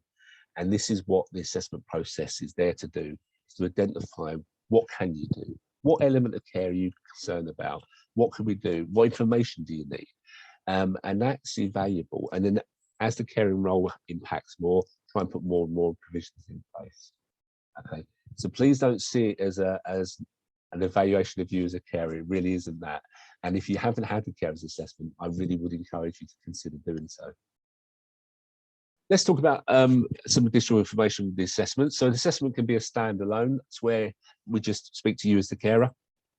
How's things going? We go through, it should be a therapeutic process, actually. It should be a nice discussion. You should feel comfortable, and it's a chat where at the end of it, you should be glad you had the chat at the very least, even if you don't want to do anything further from there.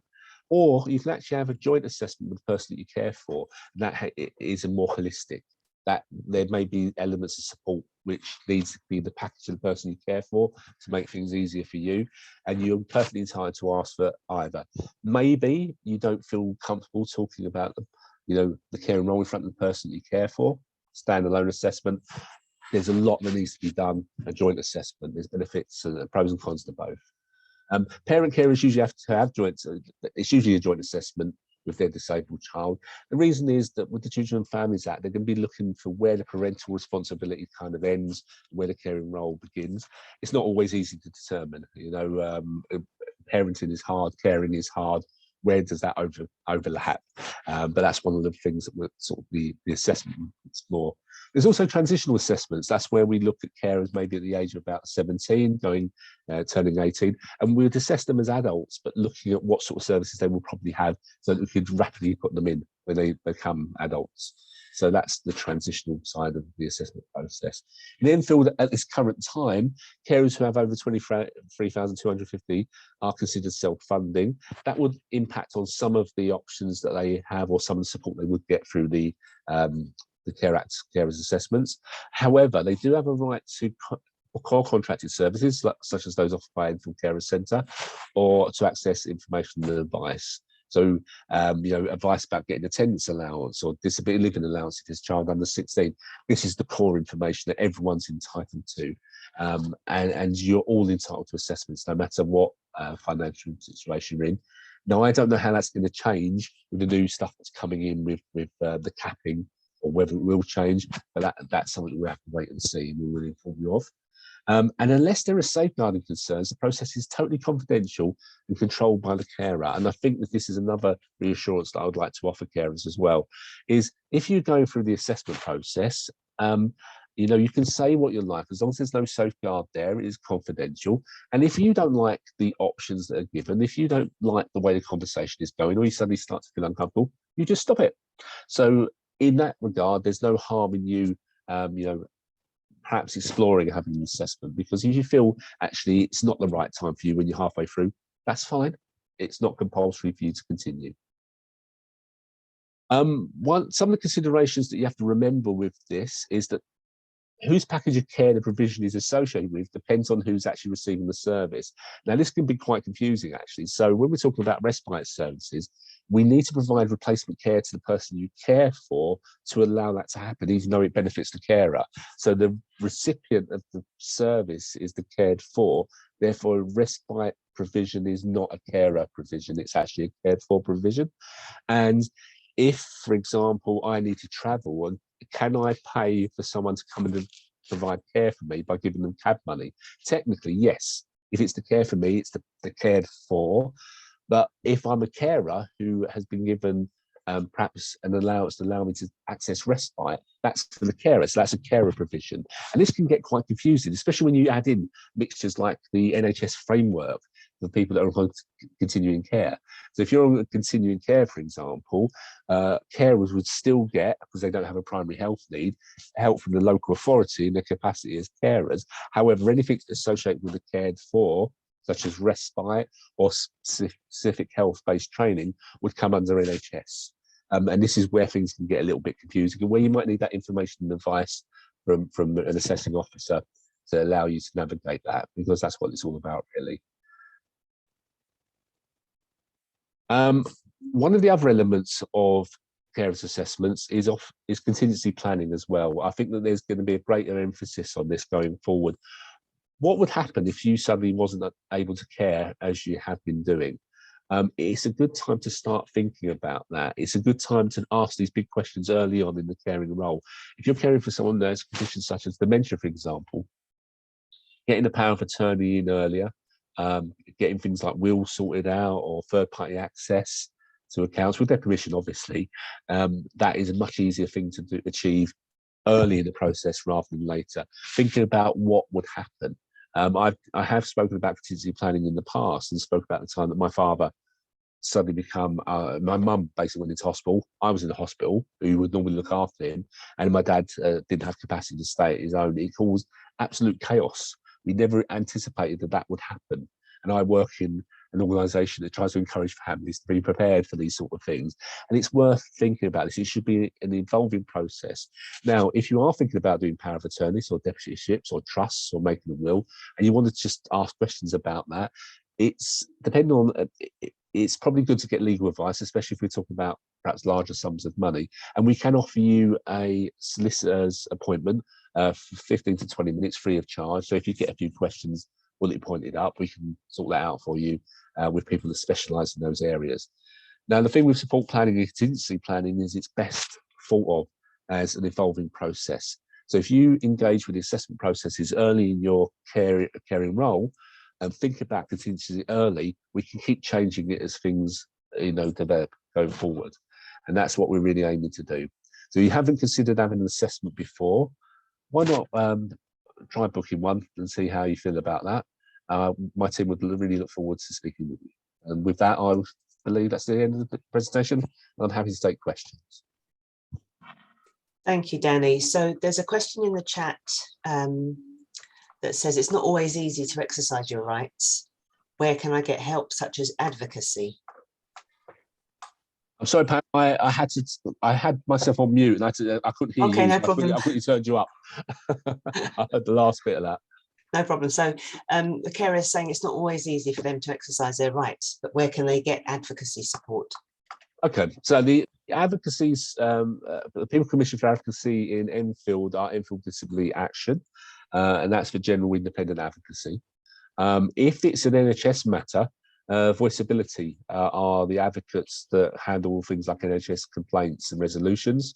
It can kind of depend on what sort of area you require advocacy on.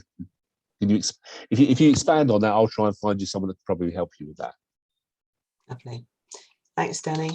And also, before Councillor Cazimoglu's internet crashed, we've got the response to the LTN question, and it is that the council is working with Transport for All. They've also held focus groups with disabled residents in the LTNs, and that the discussions, the outcomes will be taken into account in any mitigation. So the council is considering that. Okay. So I can't see any other questions in the chat now, Danny, so I think we can move on to Shammy. Shammy's one of our support workers and is going to be sharing her presentation and talking a bit more about the support services at ECC.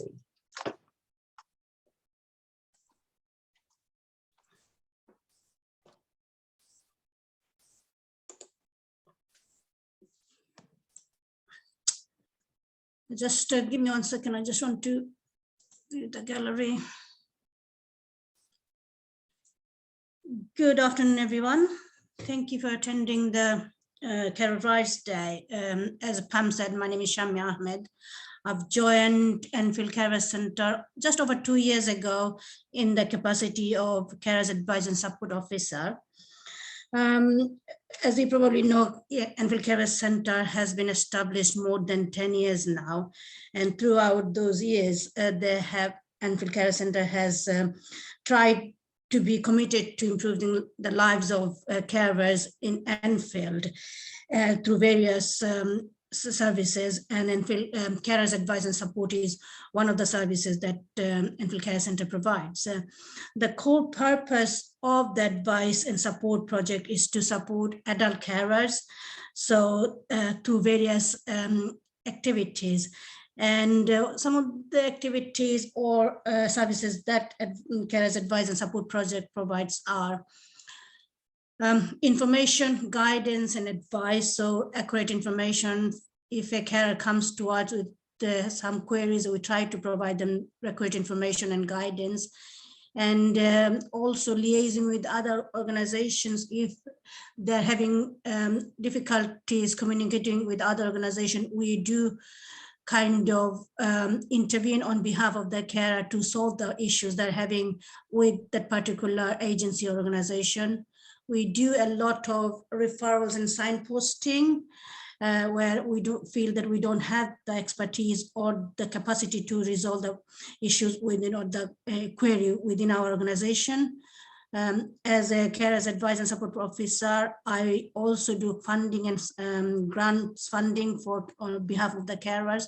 For example, we applied to Carers Trust for white goods and other support, financial support they may need.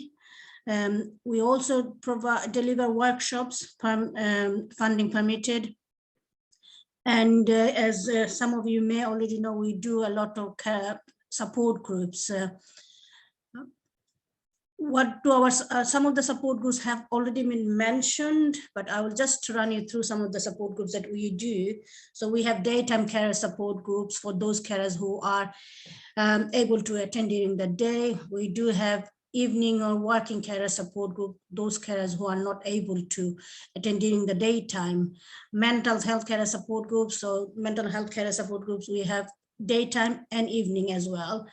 Dementia carers, transition coffee morning, this is something new that we have started because transition team came over with Crossroads, multiple sclerosis, care homes network, and learning difficulties and autism spectrum disorder groups. You probably know, receive our newsletter. In the newsletter, we have the timings when they are run. So have a look through our newsletter to find more information about our support groups. I just do not have the time to go through the different times and dates and that we do provide our support groups. I've been running the support groups for Enfield carers for 2 years now, and some of the benefits that were identified by those carers who attended were that they felt they were connected when they attended the support groups. They felt they got the support from other carers who are going through similar experiences. They felt it reduced isolation because as a carer, you are at home caring in some cases 24/7. So having attended, they felt there's reduced isolation and their well-being has increased, mental and emotional. They could share their experiences and learn from others without being judgmental. It was a space where they felt that they can express themselves and also share knowledges of local services that they might not know, especially if someone is a new carer, so they could get information from more experienced carer tips and advice, basically. So that was a learning platform for new carers from the more experienced carers. We do a lot of referrals for our, when a carer comes, or when I have a discussion with a carer and I feel after the conversation that the carer may need to be referred to different services. So we work with our internal referrals and external. So if after having discussion with the carer, I feel that that person may need some benefit advice, then I will refer them to our benefit advisor, Marion, who has spoken in depth what kind of benefit advice she is able to provide. Carers assessment, where Denny has mentioned, our transition team, legal advice, and home care services, mostly when we feel that a carer might be overwhelmed by his or her caring role, then maybe they could do with our respite services. We do referrals to our home care as well, and counseling through our health care support project, and also GP and hospital related issues. When a carer feels they're not able to communicate with their GP or hospitals, and we have that facility through our healthcare support. Some of the external agencies that we work with closely, of course, Adult Social Care and Children's Services, Age UK, Enfield Connections, and other local organizations within Enfield, where we feel that it would be appropriate to refer the carer. I am nearing this is the end of my slide, basically my presentation. I've got only 3 minutes to do my presentation with. I would like to leave you with some inspirational quotes. You you as a carer do tremendous job, and not everybody can do what you're doing. You are giving up your own needs and wants to care for the loved ones that you care for.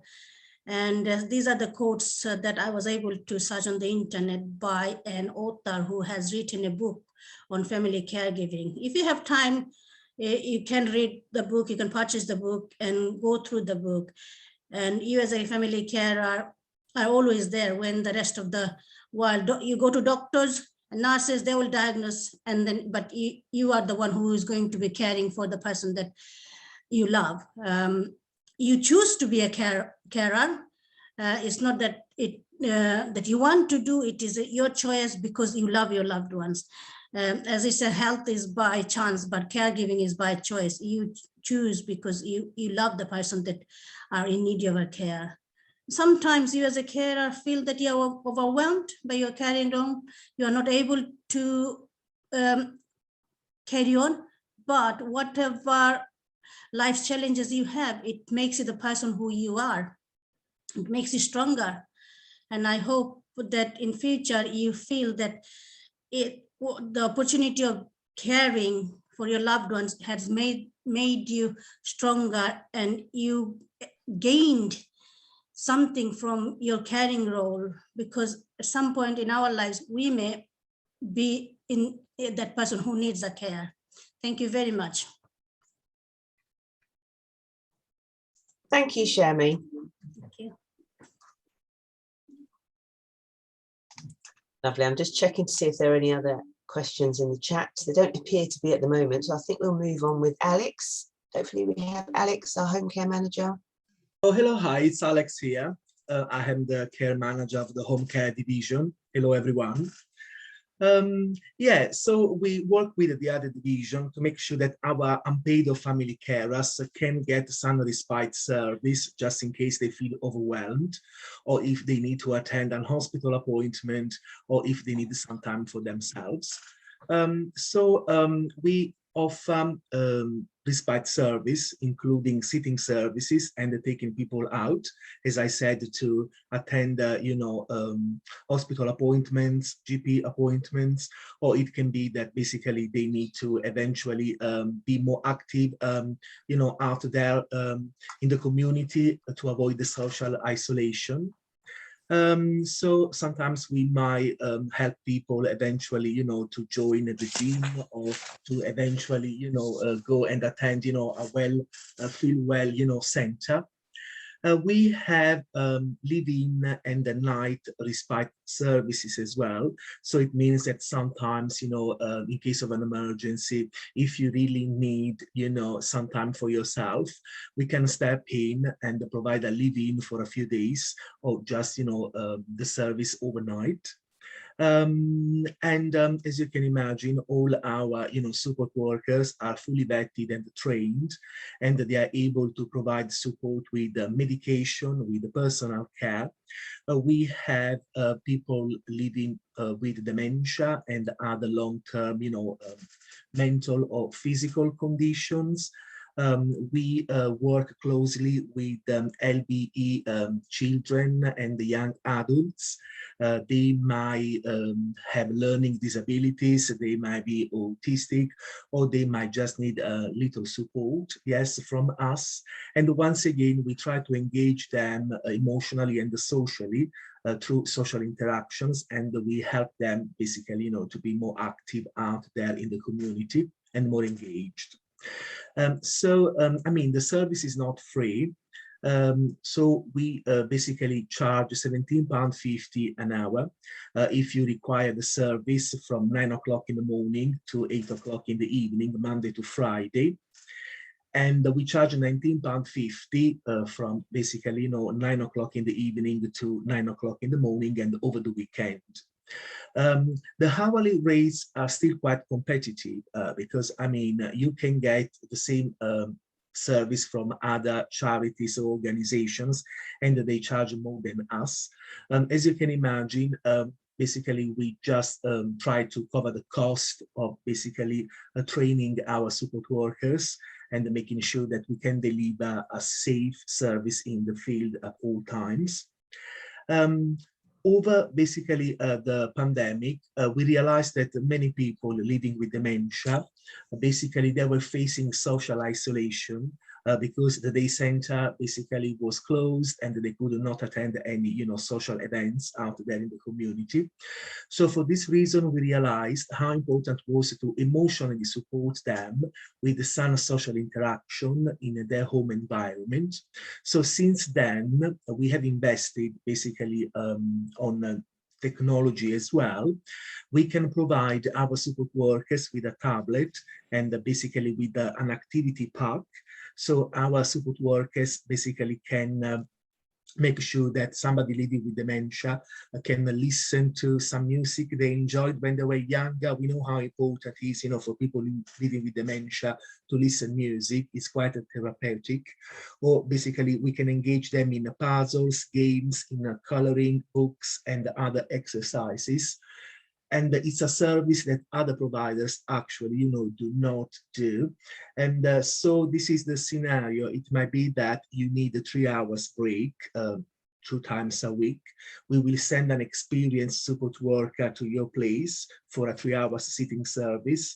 And the support worker will engage with basically your beloved one in social interactions, and we provide support, with personal care, medication, and whatever is needed. It can be a short, basically, respite service. It can be ongoing, and the other division as well can help you eventually to get the right support through the local authorities as well. Okay, so this is mainly what we offer, and I don't know if you have any question. Thank you, Alex. There is a question in the chat from Kara that says, what would be the absolute minimum number of hours you would accept to provide a home care service? Yeah, we don't do half an hour, 45 minutes. We have some clients that definitely, need support once or twice a week. So it will be at least, an hour visit. As you can imagine, you cannot do much in an hour, but it really depends, case by case. But definitely you can get the service an hour a week if this is what you need, but not less than an hour. But this will be discussed during, a risk assessment to find out exactly which kind of service you need and how we can help you out. But let's say that roughly all our family carers, they get respite service 2-3 times a week. It can be any other day or it can be over the weekend, and they normally get an average of basically 6-12 hours respite. But if basically, you believe that you need probably just one day for yourself, a couple of hours, 3 hours, we are willing to help. We will go through anyway a risk assessment, and we will decide together, the best support that you need, and we will just create together a person-centered care plan to meet basically, the service user needs. Thank you, Alex. Thanks very much. Okay, so I can't see any other questions in the chat. I hope I haven't missed anything. I'm just quickly scrolling.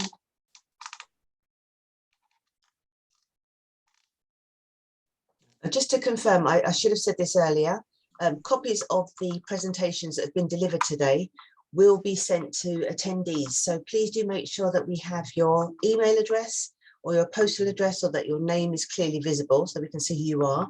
I think earlier we did have some that just say Galaxy tab. We can't work out who that is, so we might not be able to send you the information, but we'll certainly do that. And I think there may be one additional question that's just coming. Wendy, would you have your hand raised? Would you like to type your question into the chat to me, please? And then we can take your question. And another question is, can we access the activity pack without having a paid carer? The activity packs are for our paid care workers to use with paying clients. So sadly, they're not available to give to family carers. However, what we would suggest is that you can put together your own activity pack quite cheaply. They can be made up of jigsaw puzzles, colouring books, pictures of things or activities that your loved one enjoys. There could be photographs so you can reminisce with your loved one.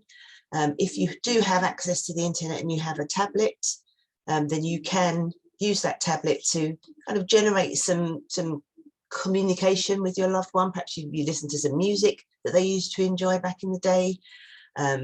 If you're signed up to our IT lending library, then certainly you can access the tablet. I think the only other thing that we would ask you to do if you are using our IT library is also to attend at least one quarterly online activity.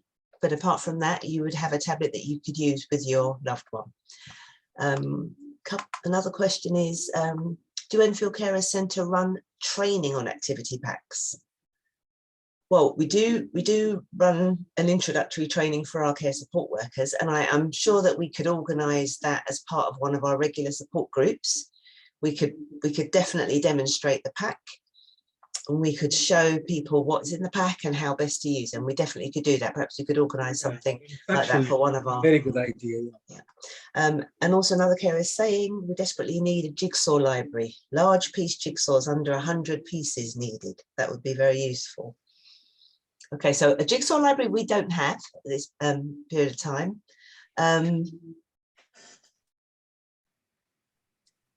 I mean, it's definitely something that we can consider. I know a good place to locate some very reasonably priced jigsaws is also your local charity stores. It's always good because I always see jigsaws in there, and I've certainly bought jigsaws before from charity shop.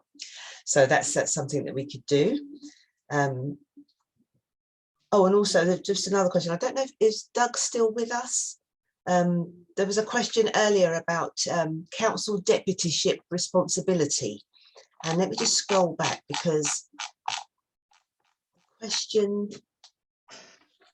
Leo, I don't know if you're able to pop in and just tell me if Doug is still with us. Okay, the question was about, about the deputyship process that's run by the council. The carer currently has a 39-year-old son, but the paperwork for deputyship is very daunting. I'm here. Okay, so Doug, the question is, I'm not sure how much you're able to expand on the deputyship process that's run by the council. So I'm more than happy if anybody wants to sort of pass on their details through the Carers Centre. More than happy to have a chat with Joanne Kent, who heads up the deputyship service, to make contact if people are struggling a bit to understand how it works. Okay, and can I just check, Doug? Does that service also provide some support for people to complete the forms, or is it an information service? No, they will provide support to do form filling. Yeah. Okay, because I think that's one of the issues. Lovely. Okay, so we'll do that offline. Thanks very much, Doug. Okay, a couple of messages just at the bottom here. I'm just scrolling back.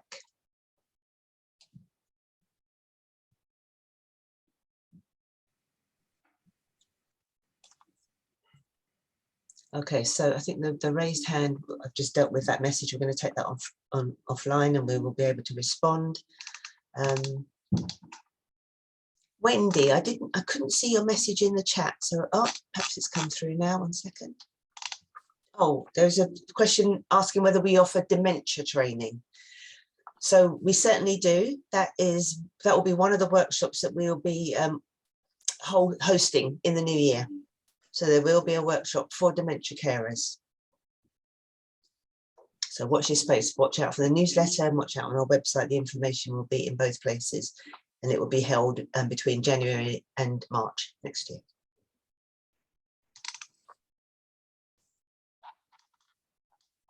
Okay, can I just ask any of my staff whether they've seen the question come in from Wendy? Because I can't see it. Okay. Okay, no, that's not from Wendy, but there is another message. And the question is the carer's assessment means tested? So Danny, would you like to come back on and answer that question? Certainly. So there is a means test element to the carer's assessment. If you've got over 23,250 in any kind of savings or bank account, if it's a joint account, it's halved. You wouldn't get the full scope of provision that other people might get. However, you do have a right to contracted core services and for information and advice. No, there's no means test. Every single person is entitled to a carers assessment. However, some of the support that could be provided may be limited if you are a self-funder, which is over 23,250 in savings. Thanks, Danny. And thank you, Wendy. I've got your messages come through now. So I think this is probably something that perhaps Doug or the councillor could respond to for us. The current direct payment rate is less than the rates, and it says less than the quoted rates. So I presume you're talking about our home care rates, home care services rates. Yes, it can be a problem for some carers. We do have a large number of carers that top up so that they can receive their services. And I think that the council, you know, that they negotiate between 16, I think, an hour. Perhaps, Doug, if you want to come in here, whether the council is willing to be more flexible. And also, given that national insurance and the national minimum wage will be increasing next year, I don't want to put you on the spot here, but clearly it is going to be a problem both for carers who are recruiting their own care services directly, and also for if they're purchasing home care services. Thanks, Pam. So as you may know, or people may know, we do review the amount of money that we pay every year for direct payments and for all services that we buy. This year will be no different. Obviously, there are some significant changes. So, you know, the national insurance, so the social care levy that's being added to national insurance will have an impact, as will the increase in the national living wage, which is just over 6%. So there is work to be done. We generally start to look at that just before Christmas and early into the new year, with a view to letting people know what our decision is in good time, in order that we're able to let people know, and obviously advise our care agencies as well. Okay, thanks very much for that, Doug. Wendy, I hope that was an adequate response. Another question is in the chat. I'm receiving carers allowance for my son, but my daughter was recently diagnosed as autistic. I'm not quite sure what the question is, but if you want to expand, please do. I'm thinking that the question is, can I get 2 lots of carers allowance? And I don't believe you can. Danny will correct me if I'm wrong, I'm sure. No, you can't. Subject to the overlapping benefit rule. Sorry, Marion. Marion's about to jump in as well. Sadly not. I'm afraid not. From the government only gives 1 lot of carers allowance. Yeah, the government will only give 1 lot of carers allowance. You can't get 2 lots of carers allowance for looking after 2 people. Yeah. And the same goes if 2 people are looking after 1 person, only 1 person can get paid carers allowance for looking after that person. Thanks, Marion. Yeah, sorry about that. Yeah, sorry, I would like to say something, if you don't mind. Yes, so you might get some support from basically LBE children and the young adults, and at the moment they cover the full cost as well. So you might need to ask them eventually to assess, you know, your daughter needs, to find out if you're entitled to get any respite service for her. And as I said, this commissioner basically will match, you know, our hourly rate, 1750, 1950. That's what the rates are at the moment. Yeah. Thank you, Alex. Okay, so I think that's the end of the questions I can see. I cannot see any more coming through. So I would just like to launch one last poll before we end today. And this is really just to ask you how you felt the event, whether it was useful, and also to get an idea of what you would like us to, what we'd like us to have covered. So Nicola, if it's possible for you to launch that poll for us, please. Thank you. So have you found today's event very informative? Informative, not as informative as you'd hoped, or not at all informative?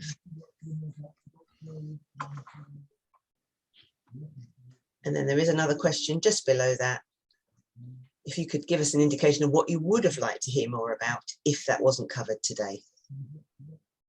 A bit more about help for adult carers, young carers, our new care at home services benefits, GP and hospital liaison, carers' health and wellbeing, hospital discharge, which wasn't really covered in great detail today, carers' assessments, carers' rights in legislation, or carers' breaks.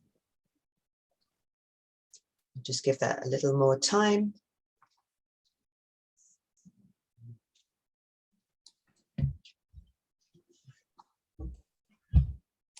Thank you, everyone. Thank you very much. Okay, well, I do hope it is good to get your feedback, and clearly people would like to hear more. Please feel free to drop us an email and explain, perhaps in a little more depth, you know, what you would like to have seen. As we've said, people have interacted today. They've given us some information. Always happy to hear more. If you'd like to email us, please do use our main email address, info@enfieldcarers.org, or visit our website.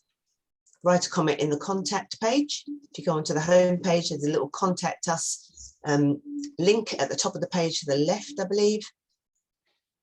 Give us your information. We would definitely appreciate the feedback that you can give us today. So thanks very much again for coming to our event. I'm just checking the chat for one last time to see if I make sure I haven't missed anything.